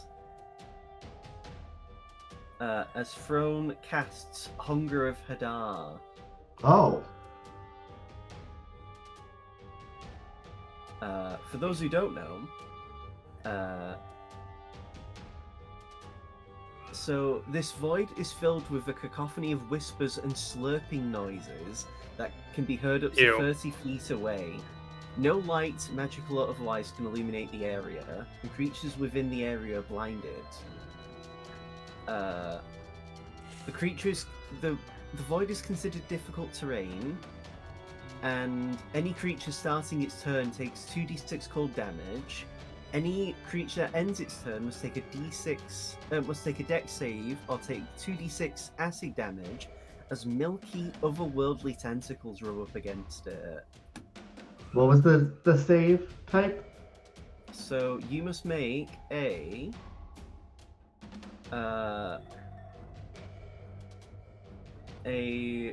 so if you start your turn, you must take cold damage, which you will. So you just Okay. take cold damage by being inside it, and then you have to take a dex save, which Okay. you would be doing at disadvantage. Because you are blinded, Throne is now going to do a Well, I'm not unarmed blinded because I have blind sight. True, but Throne is still going to do a unarmed attack against you. Yeah, that's fine. I just want to make sure it's clear. That No. Did he crit? Jesus. I'm fucking Bro, uncanny what is dodge. it with all the crits today? There are so many crits going on. Uncanny You dodge take- that shit. You take 20 bludgeoning damage, God. and you must make a con save. Yeah, okay. Really testing my luck here. You just barely pass. Oh. And Throne is going to move away from you, provoking the opportunity attack. Well, I use my uncanny dodge. You did, so you can't even do anything, so Throne vanishes away from you.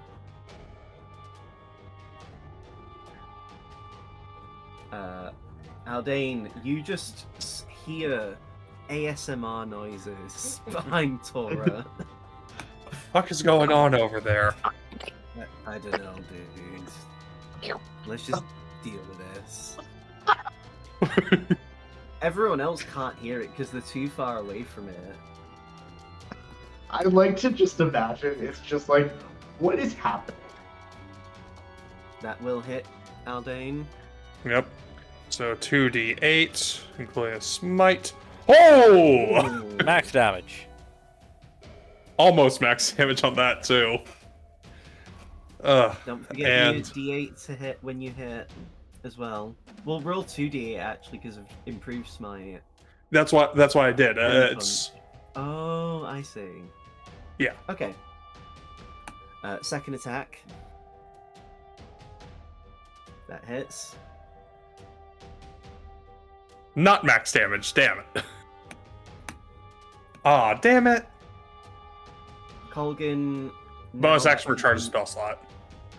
Nice. Colgan, now that he has his ability to attack,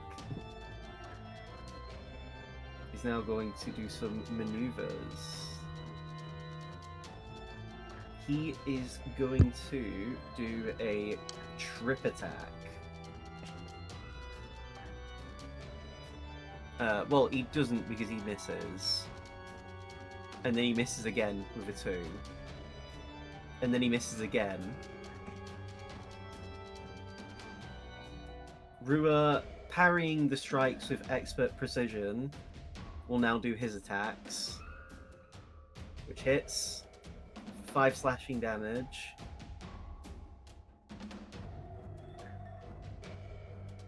Oh! Wait, this is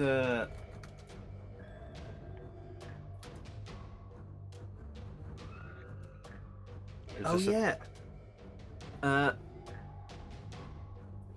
a crit, you deal extra necrotic damage. I don't know why it's 10. It should be 15 necrotic. And Rua gains temp HP, so he gains 15 temp HP from that. Neat. So that should actually be just 15 plus the 10 and the 13, which is 38 damage. How's Colgan looking?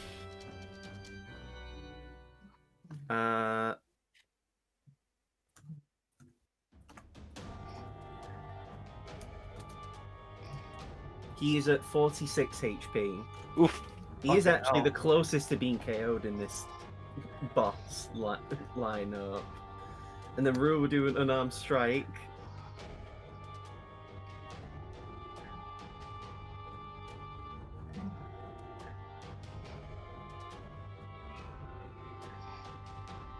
$15 damage.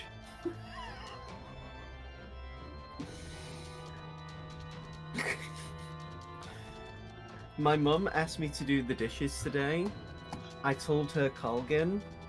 She smiled because she knew they were washed. No, Colgan must do a con save to not be Stunned.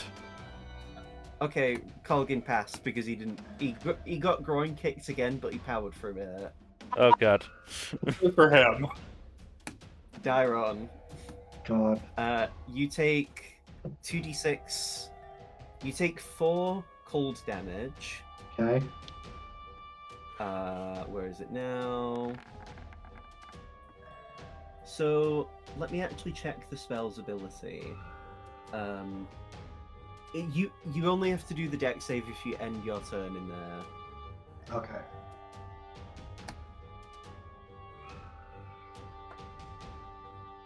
You know though that throne ran directly away from you, so Yeah, no, I'm running out of this. the moment you run like one step out, throne actually ends the spell. Seeing that it won't help now.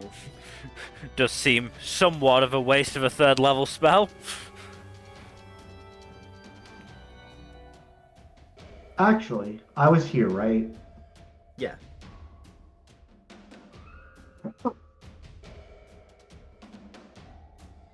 Hold on, I just want to see something.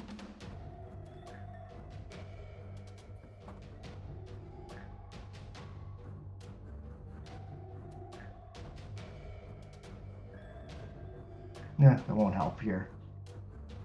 Okay. Hello. I don't actually say that. Dairon is very quiet during this fight.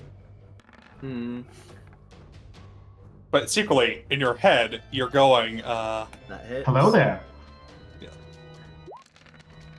Hello there. 29 points of damage. Very nice. Honestly, And on the then, lower end for you. Honestly, yeah. And then backhand. Yeah. Very good. How's he looking? Pretty wounded. Zarus does another reckless attack at you, Aldane. of course. Missing, Good. but hits Tora for 7 damage, which is half to 3. Tora replies in kind with his own attacks. Hitting for some damage. And again. Oh! Tora punches Zarus so hard, Zarus' fake eye flies out of his head. God damn. Not so tough now, are you? Fucking Tora. My You like goat. hanging out with these losers? Are these your friends? Zarus doesn't reply, as now it is the satyr's turn. The satyr begins to grow an extra pair of arms from his shoulders. Ooh. Now he has increased the number of attacks he can do. Alright. Missing. Missing. Misses. And missing. I love it so much. So much. Amazing. I It'd imagine be he so like. scary if it was actually threatening. I imagine he just like a fucking. He just starts spinning his arms, but I'm. Because his span is so wide, I'm just sort of stood in the middle of it. Nothing hits. I'm just like. So at this point, you all look away from your fights, and even Zarus and some of the others look down the hall. As coming from the way you came in, you begin to hear some fighting. And you see a very familiar face. It's Leon. I thought you were Colgan's gonna- brother. I played Kingdom Hearts, so when you said Leon, I was like, small? Yeah. Yeah, he's No, we down actually- the hall. He's actually, like, covered in blood. We actually like Leon again. That's true. He, at this point, Colgan is aghast, shocked. Why are you here, Leon? You need to stop, please. Just stop fighting. It's a waste of everyone's time. Colgan, still holding onto his sword, seems determined. Seamus, it's your turn. Fairness, I don't think that fight's So gonna be I don't taking know. up. I don't know how many of you have ever seen Blue Mountain State, I haven't. but if you've ever like seen a scene of Thad Castle and his screech when he like panics or he's angry or upset, that's exactly what Seamus is gonna do right now. He's gonna use Thunder Wave, Oh. and he's gonna say, "Get away from." You cut out for most of that. Yeah, but you get it. Get away from me. Yeah, you literally went too high pitched on that. Yeah, exactly. Exactly. That's what Seamus So is roll gonna do. Roll the spell. I'm gonna roll it. You're gonna see what I'm gonna do right now. That. And that's on the low end. No, there was only just like 2 lows in there. There's a lot of higher. Yeah, it's just because a 1 was in the mix. That's Yeah, all. Okay. Mm. You actually rolled really well, pretty Yeah. much. How far? Let me. 10 feet back, right? Yeah. So Hanakoma takes 36 thunder damage. He is now the weakest out of the group. That's nice. And Seamus is gonna run around the back end of the hall. He's gonna be like, "Get away from me!" At this, And guess what? Guess what? Guess what? Guess what? Here comes Simba and Mufasa. yeah. Or should I position them? Either way works, whatever. And they're gonna do their attack. That 24. hits. Yeah. Oh, Now Simba crit. so I'm going to tell you now. Hanakoma's at single digits HP. Oh my So the god. crit. Roll the crit. Crit. Do you want to kill Hanakoma? What does my conscience say? Because he's Tarascified. He's very much too far gone. Yeah, let's. I mean, he's been nothing but a thorn in my side. He's not reasonable. He has not done anything redeemable. Nothing to give me a sign that he could be redeemed. He's If you just recall, a he fucking was dickhead. If you recall, he was kind of transphobic as well at one point. Well, that's beside the point. I mean, he doesn't respect people in general. Just because he doesn't respect one type of person doesn't make him different. Because Oh, I no, I think just it's mean equally add- disrespectful to everybody. I mean to add to the list of heinousness that He's also uses. misogynistic, which was another thing. So he's 'Cause all remember, kinds of like when we bigoted, ran into him basically. in Tendoyama, he was like fucking You want- abusing women, basically. You want him to die then? Yeah, fuck him. So Mufasa and Simba both bite down on his newly formed wings, ripping them from his shoulders. He screeches in pain before then his beak is clamped shut by Mufasa biting down on his beak, while Simba then pulls at him from the back. Both these lions maul this awful, awful man to death. And Seamus is coming around the corner like, wait, no, Simba, Mufasa, you're going too far. Why? No, oh no. Felix, it's your turn. I think we agreed I could use Green Flame Blade with Mist Blade, right? Yeah. Let's do it. So You just roll your attack, and then Yeah. you add the extra modifier. So it'd be a 2d8 on top.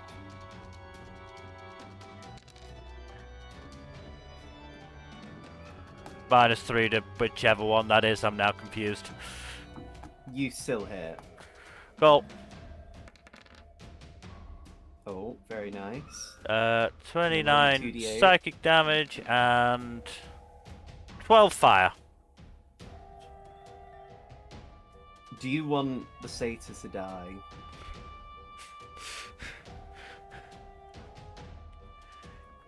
Yes, but can I put a little twist on it?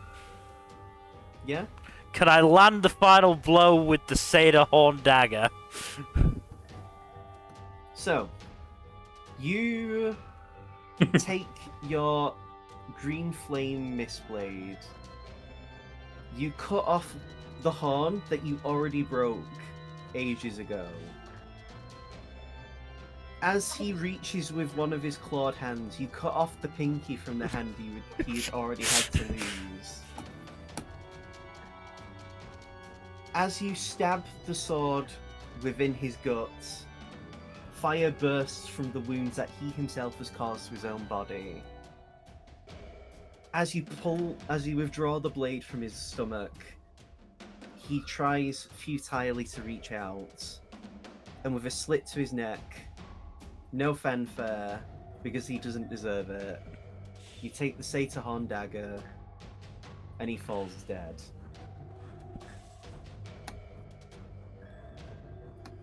The most humiliating way he could have probably died. Yeah, no, that was... I honestly feel a little bad for doing that. Kill, yeah. Throne, seeing you die, Ron, Before he throws his next punch, you hear him say, "You should be proud of how strong you are." As he lands a blow on you, Dairon. 6 points of damage. Oh, just not even gonna tell me what the hit was? What do you mean? Like, what was the attack roll? It was a 25 to hit. Okay. I was just curious. How much? This one is 6 points of damage. Okay. Second attack for 9 points of damage. I'm uncanny dodging the second one. Third attack, because of bonus action. That's as well for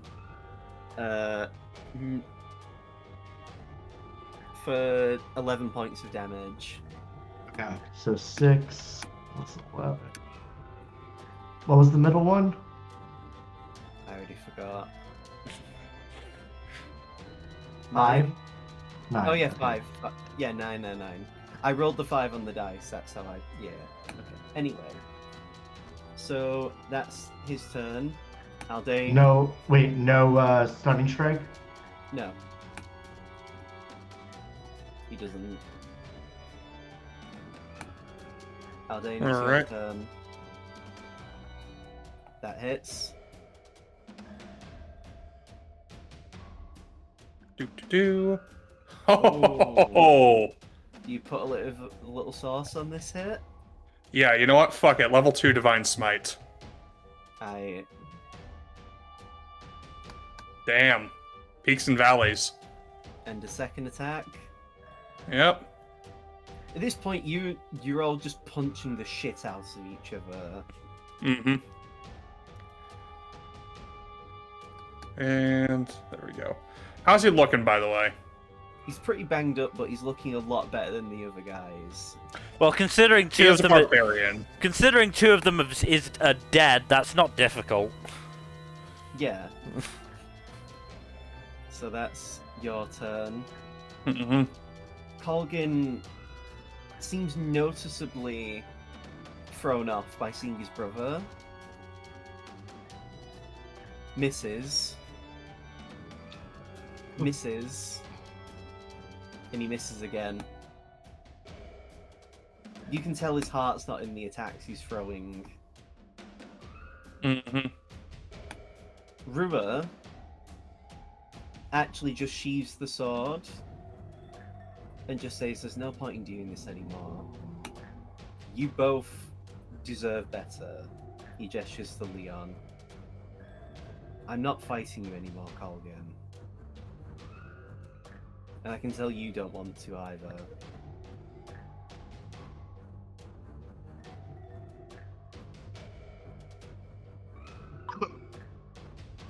Nice. Dairon, it's your turn. You won't get any praise from me, Throne.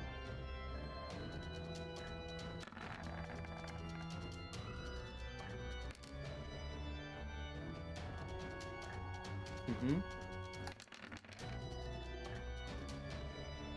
Oh.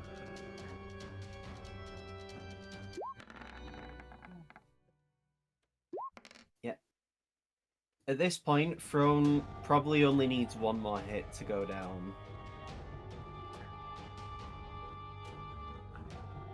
There's, like, I think Throne and Dairon, like, I almost want to think, like, if this was an anime, you'd get a lot of material, like words spoken through Clash. Yeah. The But that's not- cinematography would be showing, like, contrasts and shit. Yeah, this would be the samurai versus ninja fight and all that bullshit. Yeah. Zarus continuing to throw punch after punch. Crits. He crits you, Aldane. Oh boy. 9 bludgeoning damage. And he's going to put a little sauce on this with his last Scorching Smite. 66 fire damage for 31 damage. Fuck. Including the punch or separate? So he's doing 40 damage in total to you. Jesus. That's crazy. then And he I need goes to do a with- con save. Yes, you do. You need to do a 20 to pass. So, Jesus, really? Yeah, well, it's because it's it's either half the damage. Go ahead. it's Oh, 10 or half the damage, whichever is higher. Ah, okay, that's why I was getting confused. Oh my god, the man's popping off. He crits Zara. He crits Tora. Jesus. Second phase. Second phase. Well, Zaris Yeah, is on demon but- time at this point. but yeah, but Zaris. He's did got 4 that damage. black Air Force. No, energy. listen. Zaris did 4 damage to Tora. for being armed. It's 2 damage. Tora took 2 damage. It's the aura that counts. It's the aura. That Yeah, counts. he's aura. He's like Maharaga. You don't shame the test. You praise those who pass the test. I'm This just is a a- real. Go for it. Guys, football's popping off right now. This is crazy. I'm just imagining Aldane like having just been absolutely fucking smashed into the ground, seeing Tora take like a slight graze, and just going, "Oh come on!" Fuck's sake! Oh wait.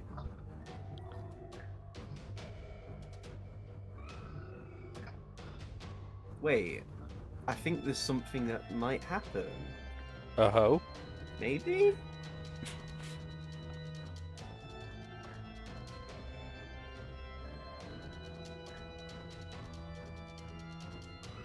Oh no, okay, I'm thinking of something else. Oh wait, I forgot! Zaris did a crit, brutal critical. Oh That god. means he gets another roll of the dice. Oh god. He gets to roll another d10 to hit Aldane with. So Aldane takes Kaido, an what extra are you 5 doing damage. to us? 5 damage? Okay. I How still much have a is- decent amount of hit points left. I can probably take another one. Oh yeah, so you can. I just looked at your character sheet. You have more HP than Zaris does. Like max. Well, he has a barb. He's a barb, so his HP is effectively double. But yes, so Tora did 1 hit. Tora will then do a second attack. And at this point you can see Zaris is stumbling. He's like wobbling at his knees. The Satyr's dead. I'm gonna say, if Seamus and Felix want to intervene, they can. But I'm gonna take you guys off the turn order if you want. Nah. I don't this- think we'll intervene. This isn't our fight anymore. Or this isn't our fight. I'll go Yeah. get closer and watch, but yeah. Same. Yeah, Seamus will say that it's like, oh yeah, the honorable want thing is to not intervene, but in the reality, it's like I don't want to do no more work. Yeah, I'm So gonna he stop. takes the figurines back. He grabs the figurines. I like to imagine that during this fight, like Seamus and Felix's side is like sunlight. You hear Benny Hill music a little bit. Meanwhile, on the other side, on like the Daira and Aldane side, it's just like downpour, rain sideways, thunder flash. Yep. I mean Uphill both ways. that's clearly why Throne cast darkness to add to the atmosphere of the fight. So Throne's turn. It's funny, Seamus and He- Felix are like the lazy ones because we got our fights done quicker. 'Cause we're like, we don't want to do all No. that work. Throne rolled 28 to hit, and he rolled 6 damage. He How rolled much? 21. He rolled 6 damage on you. Okay. Throne does a 21 to hit Okay. for 4 damage. Not 4 Okay. damage, sorry. He rolled it for 8 damage. Okay. Sorry. And the final hit he misses. Okay. I'm uncanny dodging that last one. Yeah, that's fine. Aldane. All right. I've been suffering this crit drought compared to I know. everyone else. I also have forgotten a crit. If you have inspiration, you can turn that into a crit. No, he's got flanking. I have advantage. I got Oh, flanking. you do. Yeah, you do. Do you smite then? Fuck yeah. So let's see. That's 48 on the base hits plus Oh no, I lost concentration, so it's just the 48. Yeah. And now I'm going to do a level 3 Divine Smite. Damn. So that is 8d8. Fucking manifested that crit into happening. Holy shit. So at this point, I like to imagine both you and Zaris' crits collide. Just like, and this happened when you left the prison, it would be like a cinematography moment where it calls back. It's like your fists clashing. Mm-hmm. The energy sparks around, and both of your fists get both your hands get blasted back, but you're both stronger since then. Unlike before, where the skin came off your hands, this time it's just some bruise at the knuckles. Mm-hmm. But you watch as Zaris falls to his knees.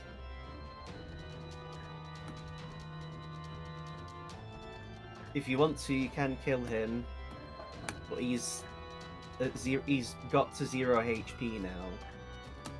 Aldane will spare him. As Zaris falls to his knees, Woo! Good job, Aldane! it's only really Dairon and Throne. Dairon.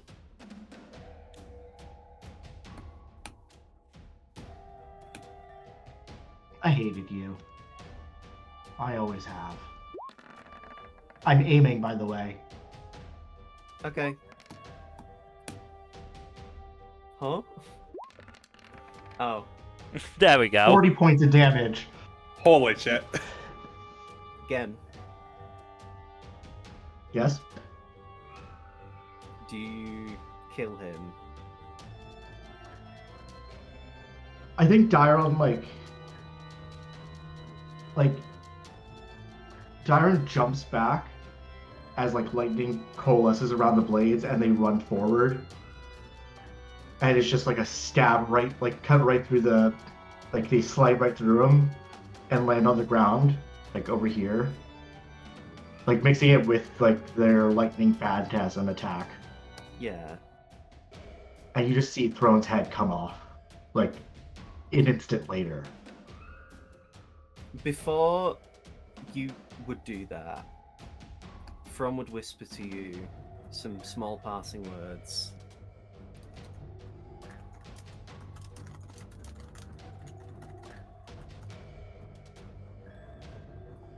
Those are all the words that Throne says before Throne dies. Soul. At this point, we're going to change the music as this is over.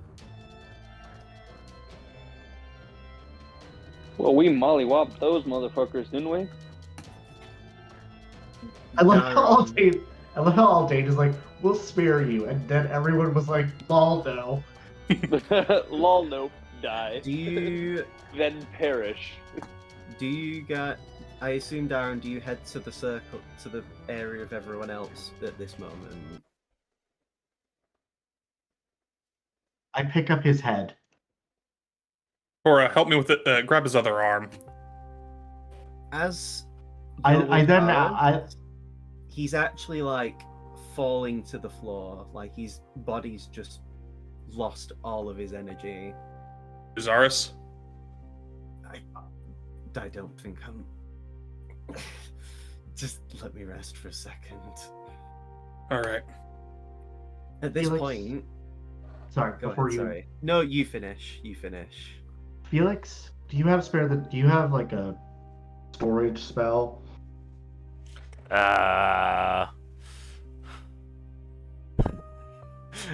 Aldane's gonna lay on hands onto Tora. Real quick. Some kind of spare the dying or something? I'll be Oh, fine. I've got Spare the Dying, yeah. I think it's a little late for him, though. Cammy found me and gave me a healing spell earlier. Just enough to preserve his body, preserve this. Okay. At this point, things are calm.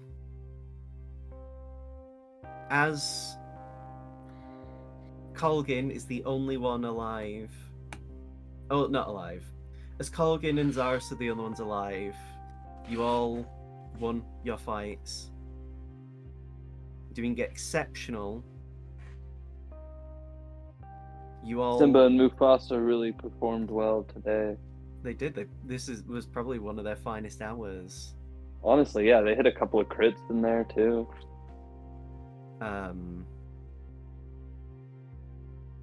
As things seem to kind of find their chill,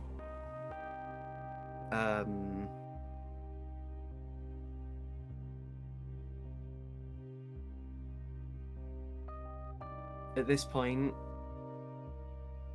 let me find it.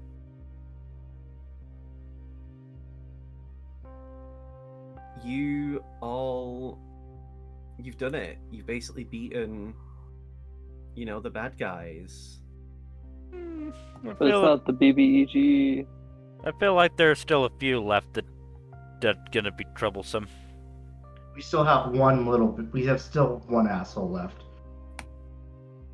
We've got a few Colgan- assholes left. Head lowered to the ground. Rua moves aside. As Colgan walks over, he's actually dropped the sword onto the ground as he walks past Rua. Leon, taking a step to the stairs. As he makes that step, you watch as blood gushes from Leon's chest. Yeah, I saw that fucking coming. And he falls to the ground. As you see, coming out from the door, is Arkan, Aldane's uncle. Aldane runs over. Leon falls to the ground. By the time you get there, I want you to make a medicine check. Oh boy, oh boy. Where the fuck is it? Fuck. You can see, with the hole in his chest, he died before he even touched the ground. Aldane casts Revivify. As you cast it, Leon suddenly sparks to life. Crazy work. I forgot we had a fucking paladin. Colgan walks over, Arkan walks over, and does an attack. Leon's prone, so it's advantage. And he Come on, kills Kaido, Leon. let me fucking have this, man. He's a villain! Yeah, but He's a villain. Aldane pulls Leon aside and casts Revivify again. And gets between him and Aachen this time. As you move his body and revivify him, I assume you would be doing this. Yes. I can Why only are you imagine how waking this up? is for Leon. Just like, you're dead, you're alive, you're dead, you're alive. Why are you wasting your time on him? Your uncle says to you, Aldane. And at that point, Aim and fire at Aachen. you do, yeah? Yeah. Roll to hit. It hits, and you watch as he glances over, and shield has been cast. Damn it. Counterspell. Oh, okay. So it does hit then. As That much. as the shot lands in his shoulder, he winces and pulls the arrow from his shoulder. I really didn't want to have to waste this, but fine. He holds his hand up, and you watch his magic cast from his hands. And you watch as then Colgan falls to the ground, unconscious. Felix, Seamus, and Dairon, because you're inside, you watch as Zarus erupts in blood. Ooh. Leon erupts in blood. Ooh. And you... I'm going to make a roll. Seamus, you receive a sending from Guy that just says...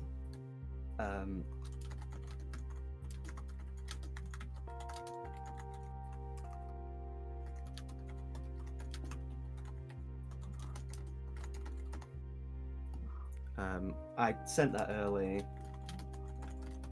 There we go. Guy So you says sent to it to me you... in 2 parts. No, it's supposed to just be one thing. I just hit enter early, so...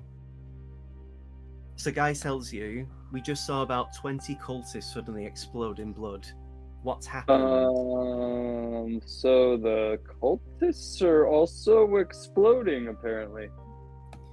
It's a curse.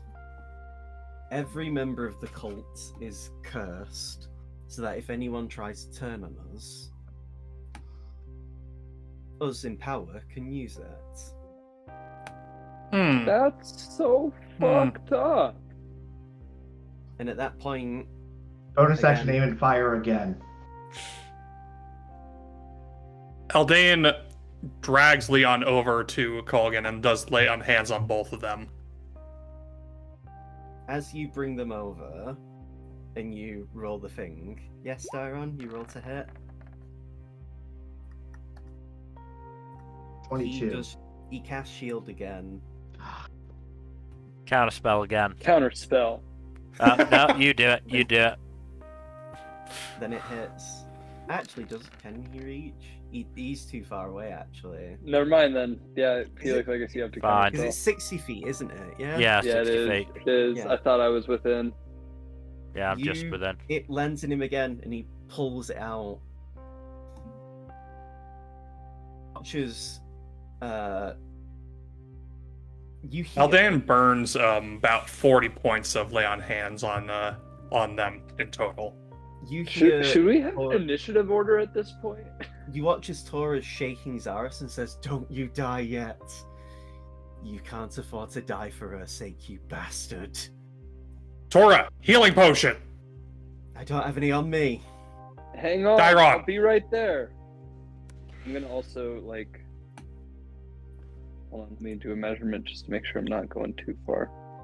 Because I'm gonna dash using an action.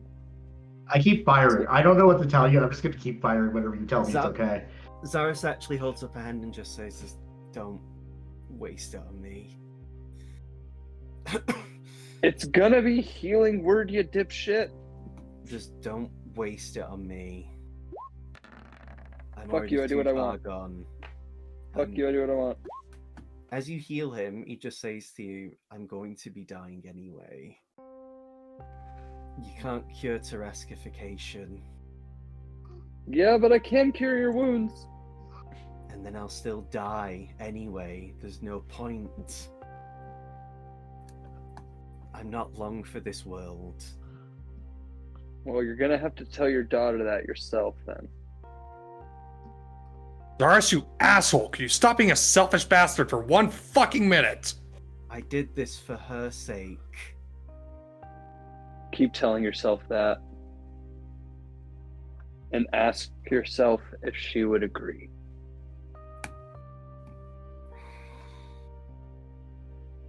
While this is happening, Dyra is just firing bow shots. At this point, you watch as Rua explodes into energy. You watch as his arms activate the astral self.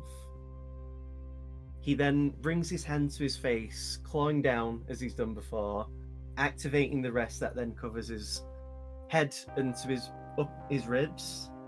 Oh, nice. Full astral self. He then, clenching his fists, gritting his teeth, you watch as he explodes in power, And in that instance, head to foot in his astral self, he, at this point, as he's fully powered up, Felix, you get ascending. While he's receiving that, can I do a quick medicine check to make sure that Leon and Colgan are stable? Yeah, you can do it again.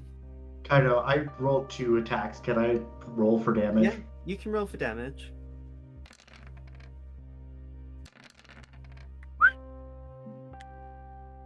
So, based on this curse, Aldane, it doesn't seem like Revivify is going to cut it again.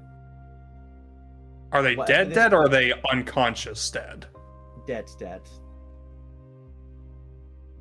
You get the Revivify HP that you spend. It ultimately it takes you now to realize that the HP didn't go.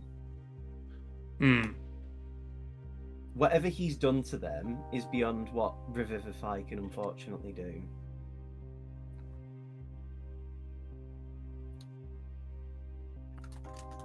Aldane stands up, walks over to Aachen, and stabs him.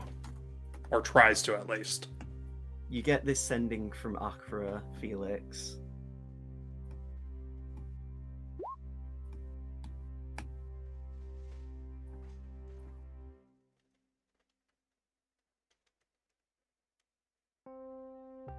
Does that hit, by the way? Yes, it does. Cool.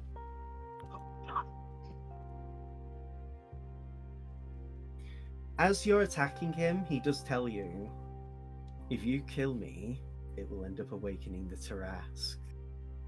Don't you realize? Have you not been told that yet? That if too many of us leaders die, it will awaken the Tarask prematurely? Yes, we did know that. That doesn't mean I can't beat the ever-loving shit out of you.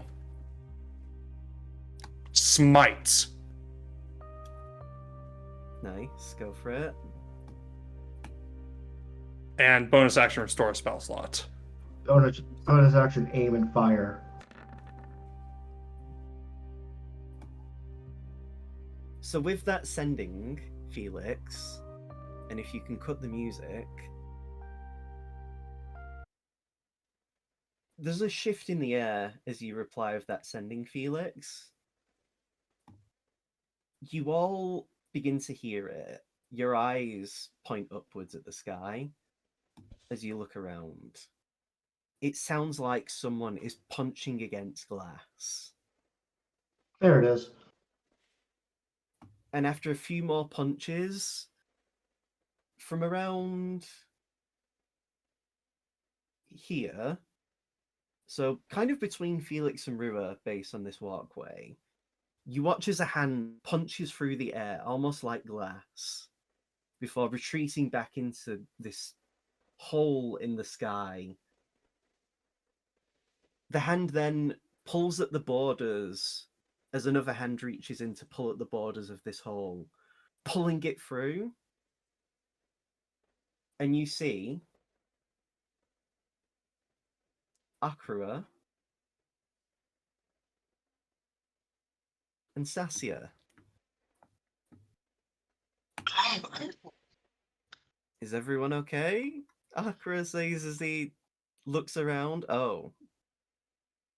Akra, do you have any spells that are stronger than Revivify?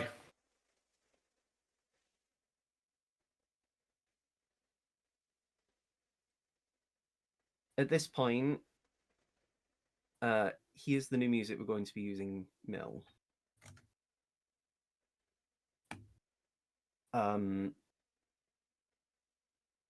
Yeah, we do. Fuck. Yeah, Akira... those two are deader than Revivify can help, so I have a theory if you might want, if you don't mind helping with it.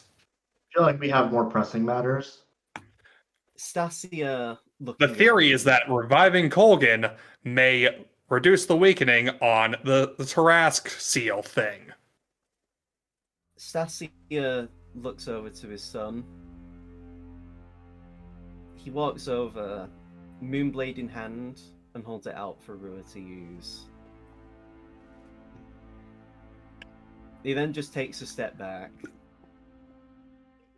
Rua glances down at the sword. He looks to his dad before, as if a flash of inspiration's come to him, he heads over to the two brothers, and with the sword stored within the Moonblade is, in fact, two castings that he uses,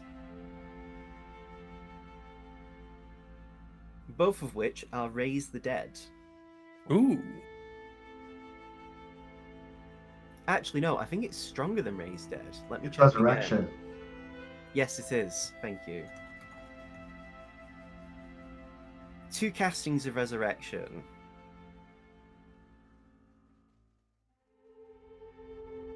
Both the brothers jolt to life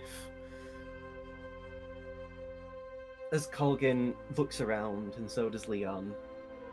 The wounds that they had, whatever the result of the curse was, begins to heal. At this point, Colgan Orkan just smiles, and reaching inside his armor, pulls out a scroll. Can Aldan use a reaction to smack it out of his hand? He's already doing this as an action, I'm sorry to say. Damn. And with that, he teleports away.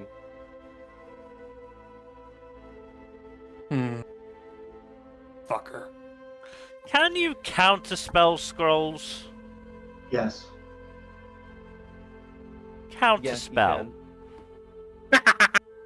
Roll intelligence. 7th level. I'll burn that slot. You still need to roll. For teleport? It's a higher level cast. It is? Not teleport, but the specific spell they're using is higher level than just teleport. Okay, I States. thought, okay. I'm not wasting fuck it. You already said you were doing 7th Yeah. level. I'm just gonna... Nah, fuck it. Oh, okay then. Well, Anyways, Aldan uses his reaction to knock the scroll out of his hand.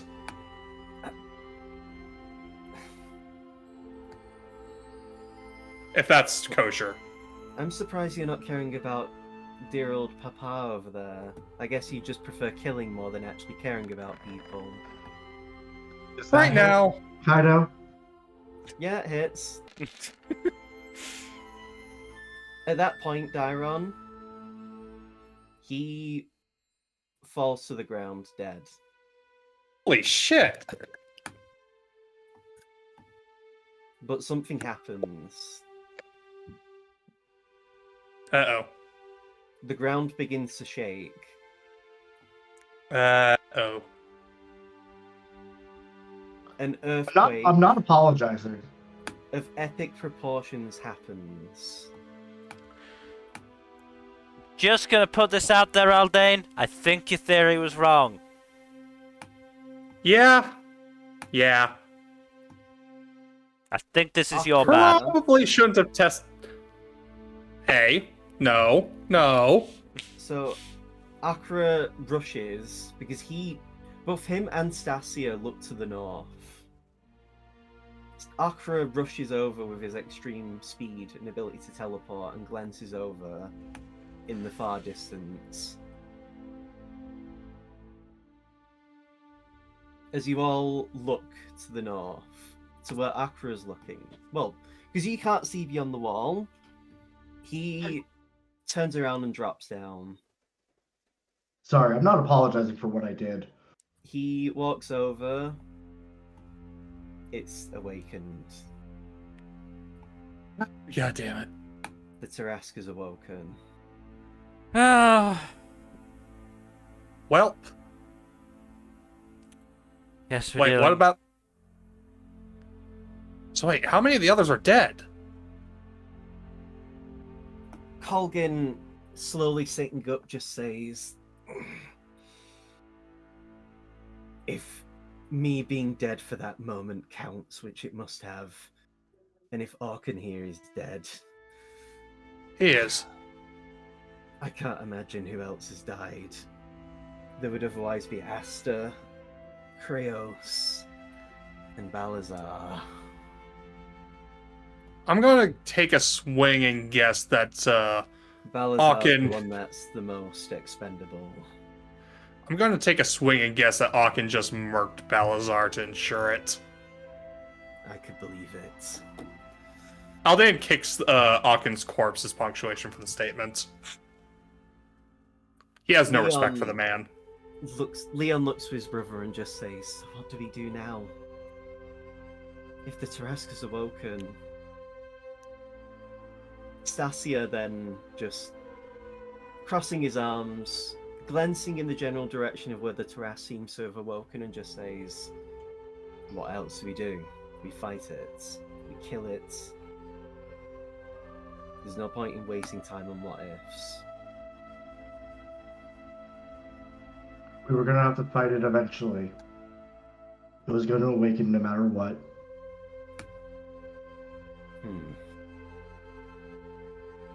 For now, I don't doubt that Aachen had contingencies. It was going to awaken regardless of what we did here today. Yeah. At least with his death, it's one less variable. One less thorn. Aldain makes his way over to Zaris to help him up. Zaris he actually grabs your hand, Aldain. My body's getting weaker, Aldain. That curse that you put on me, it doesn't just kill you, it saps your strength until you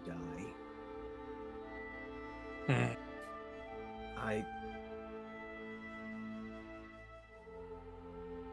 You've grown really strong, Aldain.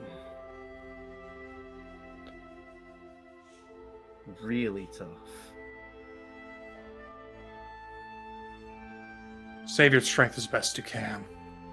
I want you to at least see Oriana before you die. He shakes his head at you.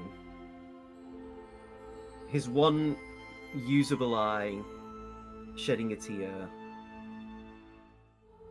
Between the Tarascification, that's eaten away at my insides.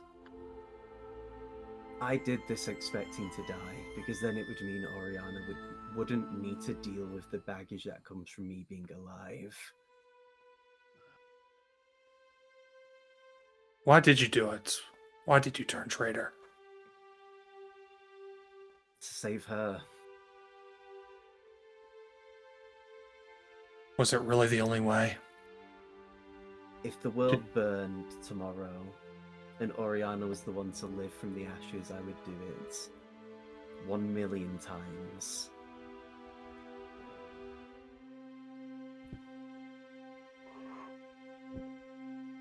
She's the only good I've brought in this world. The only good thing I've done.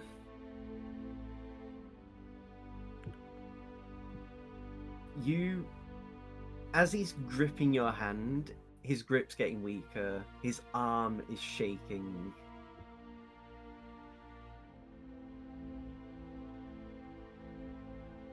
Just take care of each other. If I can offer any words of comfort, it would be that I promise she will be safe. On your oath as a paladin. On my oath as a person. He gives you a small smile, and he looks to his swan brother, to Tora. I'm sorry I let you down all them years ago. But, for what it's worth, I missed you every day. If I could turn back time, I'd have gone down with you. Tora just shakes his head. His face is visibly quivering as he's struggling to hold back emotion. Just shut up. You did what you did. That's all people are going to remember you by. Zaris then lets out a small chuckle despite probably the immense pain he's in. And will you remember me that way? Tora just lowers his head and shakes it.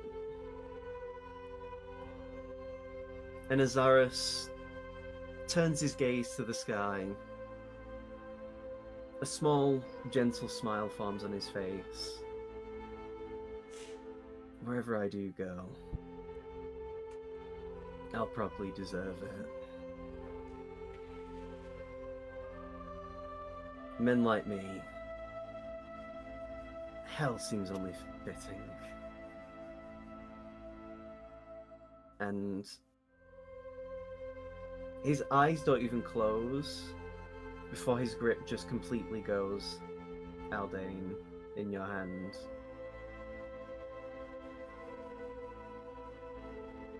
His last sight, the sky above.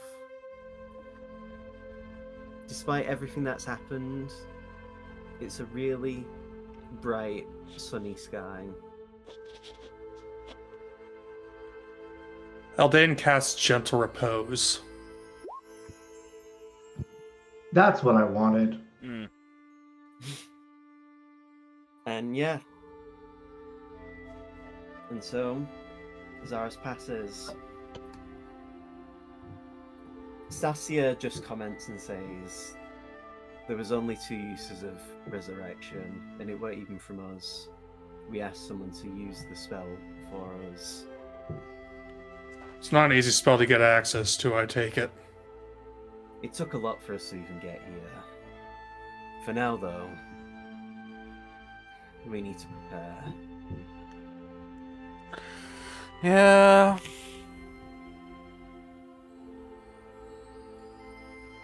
You all need to get some rest as well. Worst case scenario, well, some of us will just have to hold back the Tarask until all of us are ready to go.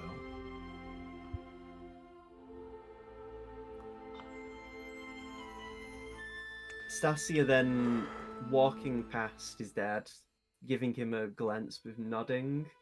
He then heads out and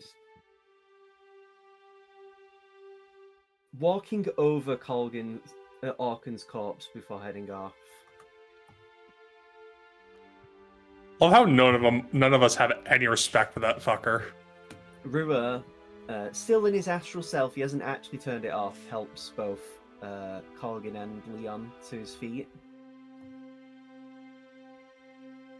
Colgan just says, I'm going to help in the fight. From now on, I'm no longer part of the cult. Colgan is not my name anyway, it's a title. If I'm going to fight the namesake of the cult I was a part of, then I will get rid of the title I was given. Henceforth, I would ask you call me Albert. And henceforth, I will be your ally. Even if the entire human race has to die, I will make sure that this world is safe for Leon's sake. For my brother's sake. Well, Albert, pleasure to meet your acquaintance. Welcome to the team. Thank you, Seamus.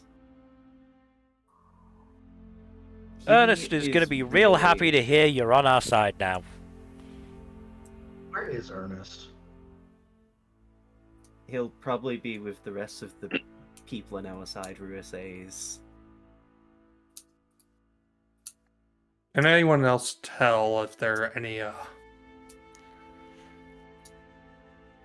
other cultists in this the castle? Akra says, if you give me a moment, I'll have a wander around. All right. If Stasia isn't already doing that. Dairon will also kind of go take a walk. You need to go back, Dairon, and rest. I'm telling you, you should. You went through a lot doing the stuff you did. Not only for your body, but for your mind, you need to rest. Am I understood, Dairon? Rua asks of you. Akra asks of you.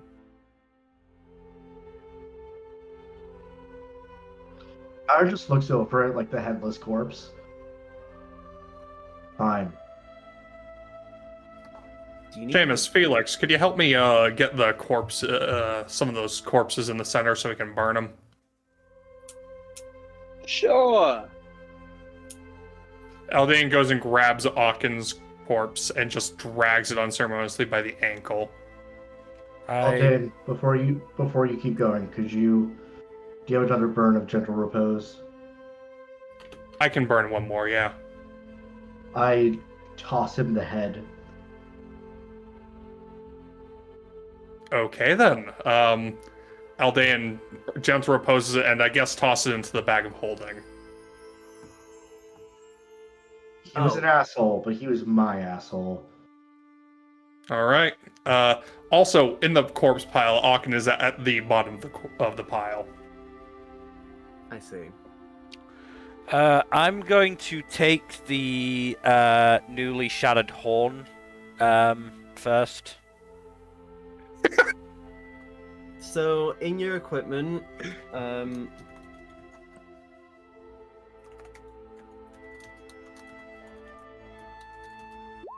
Taraskified Satyr Horn. Right. Actually, is there anything on Throne's body? Oh yeah, let me loot Aakon's corpse before I toss it in the pile. Give me an investigation check, whoever wants to loot bodies. Hell Loot yeah. all the bodies, loot all the bodies. Yeah. Loot all the bodies.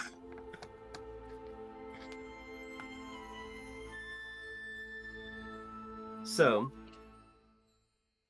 who are you checking, Seamus? Hanakoma? Yes. Hanakoma has nothing of value on him. Oh, what a Bacon game. punk. Dairon, I will type out the stuff that Throne had on his person. Aldane, you find a note on his body, on Aakon's body. Basically, and I'll type in the general chat. This is pretty much the contents of the notes.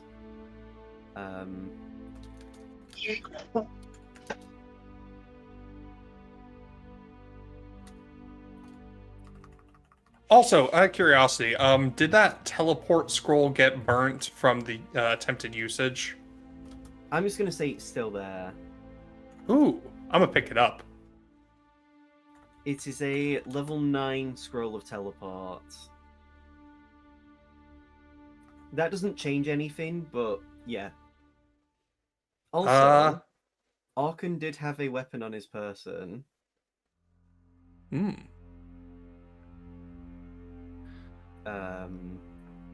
Because it was the sword he had when you first fought him. Hmm. It is a... I'll have to check what it was exactly later.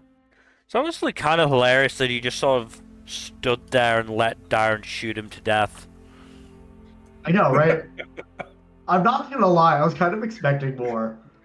He was just busy monologuing, basically. And Dairon was like, no, he's not. I'm not gonna let him monologue. I watched The Incredibles.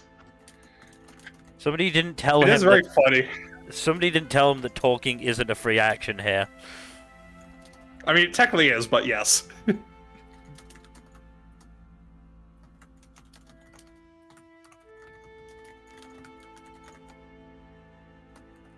So, who wants to hold on to this teleport scroll? That's the letter that was on Aaken's person. Who wants to read it out? Aldane can, actually, because he was the one who found it. Do not fail us. We need your sacrifice to grant us our Messiah. You will be brought back, so it is not as if your death will be in vain. You will return to us so we can witness this new world. Fucking cult shit. Aldean lights it on fire. And with that, Arkan's And then- body Yep. vanishes. Goddamn cock-sucking asshole. Zarus actually walks away from Tora walks away from Zarus's body at this point. I was gonna say, if Zarus is walking away from his own corpse, then there's some ghost. He's having an out-of-body experience. There's ghost He's doing shenanigans some going spooky on. shit. actually dead or not? So it seems like, according to that letter, Arkan will be revived. Aachen will return in Avengers Doomsday. Wait, what? He had to have died for the Taras to be freed. I am- He let me putting pot shots. Yeah. I I'm not really bothered fucking with hate Zarus. that asshole. I'm not bothering with Zarus' corpse right now. We have better things we need to deal with. It's fine. It won't decay or anything. We should probably move it to someplace a your little more out of the way. His corpse can be your problem then, Kyodai. I already said my goodbyes. In my line of work, even having a corpse to look at is a big luxury. Yeah. Most of the time we get beheaded, as he gives you a not so subtle glance, Dairon. Sometimes we get our bodies messed with or destroyed as a sign to not mess with us. At least that was back in my time. Honestly, Throne deserved it. Tora then goes over and actually helps Leon over his shoulder to walk, and then they head out and leave.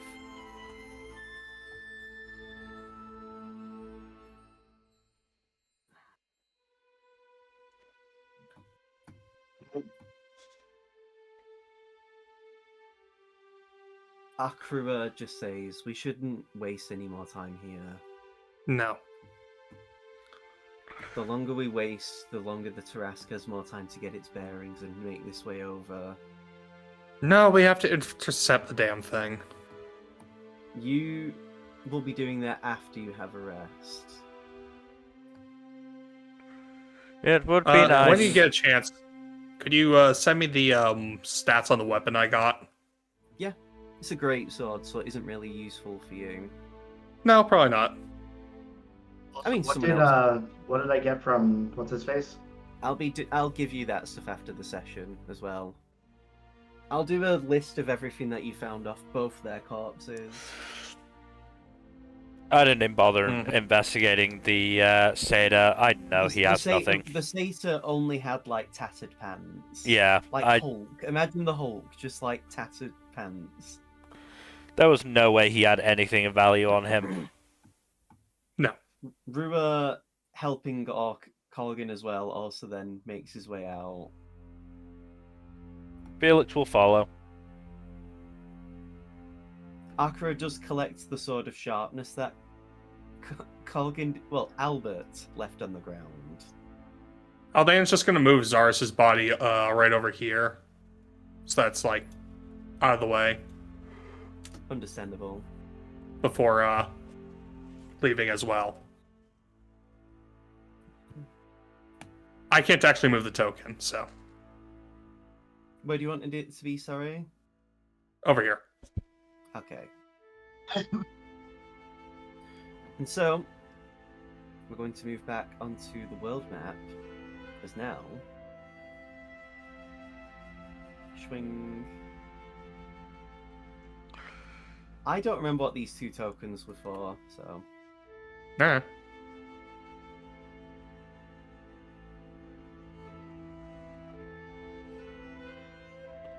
So, you're all together. The group's all here.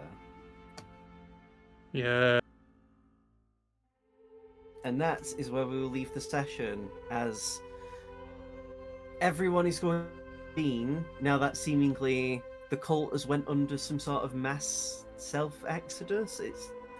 The problem is that was from Guy, and they were monitoring things from the cult members that were surrounding the city from the outside. You know, blocking anyone else from coming in. Yeah. So seemingly at least 20 people that they saw just died.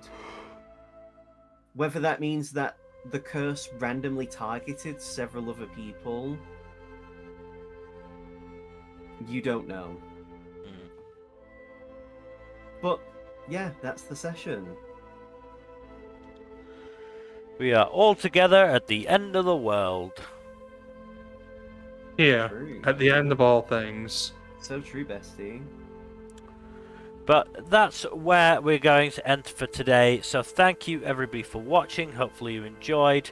In terms of future stuff, Tuesdays, Thursdays, Saturdays and Sundays, please do give us a follow and subscribe here on Twitch and all that YouTube stuff. Like, subscribe, comment down below, and please press that bell icon. Yo. And otherwise, hopefully we'll see you on Tuesday. Good night. Good Later. night.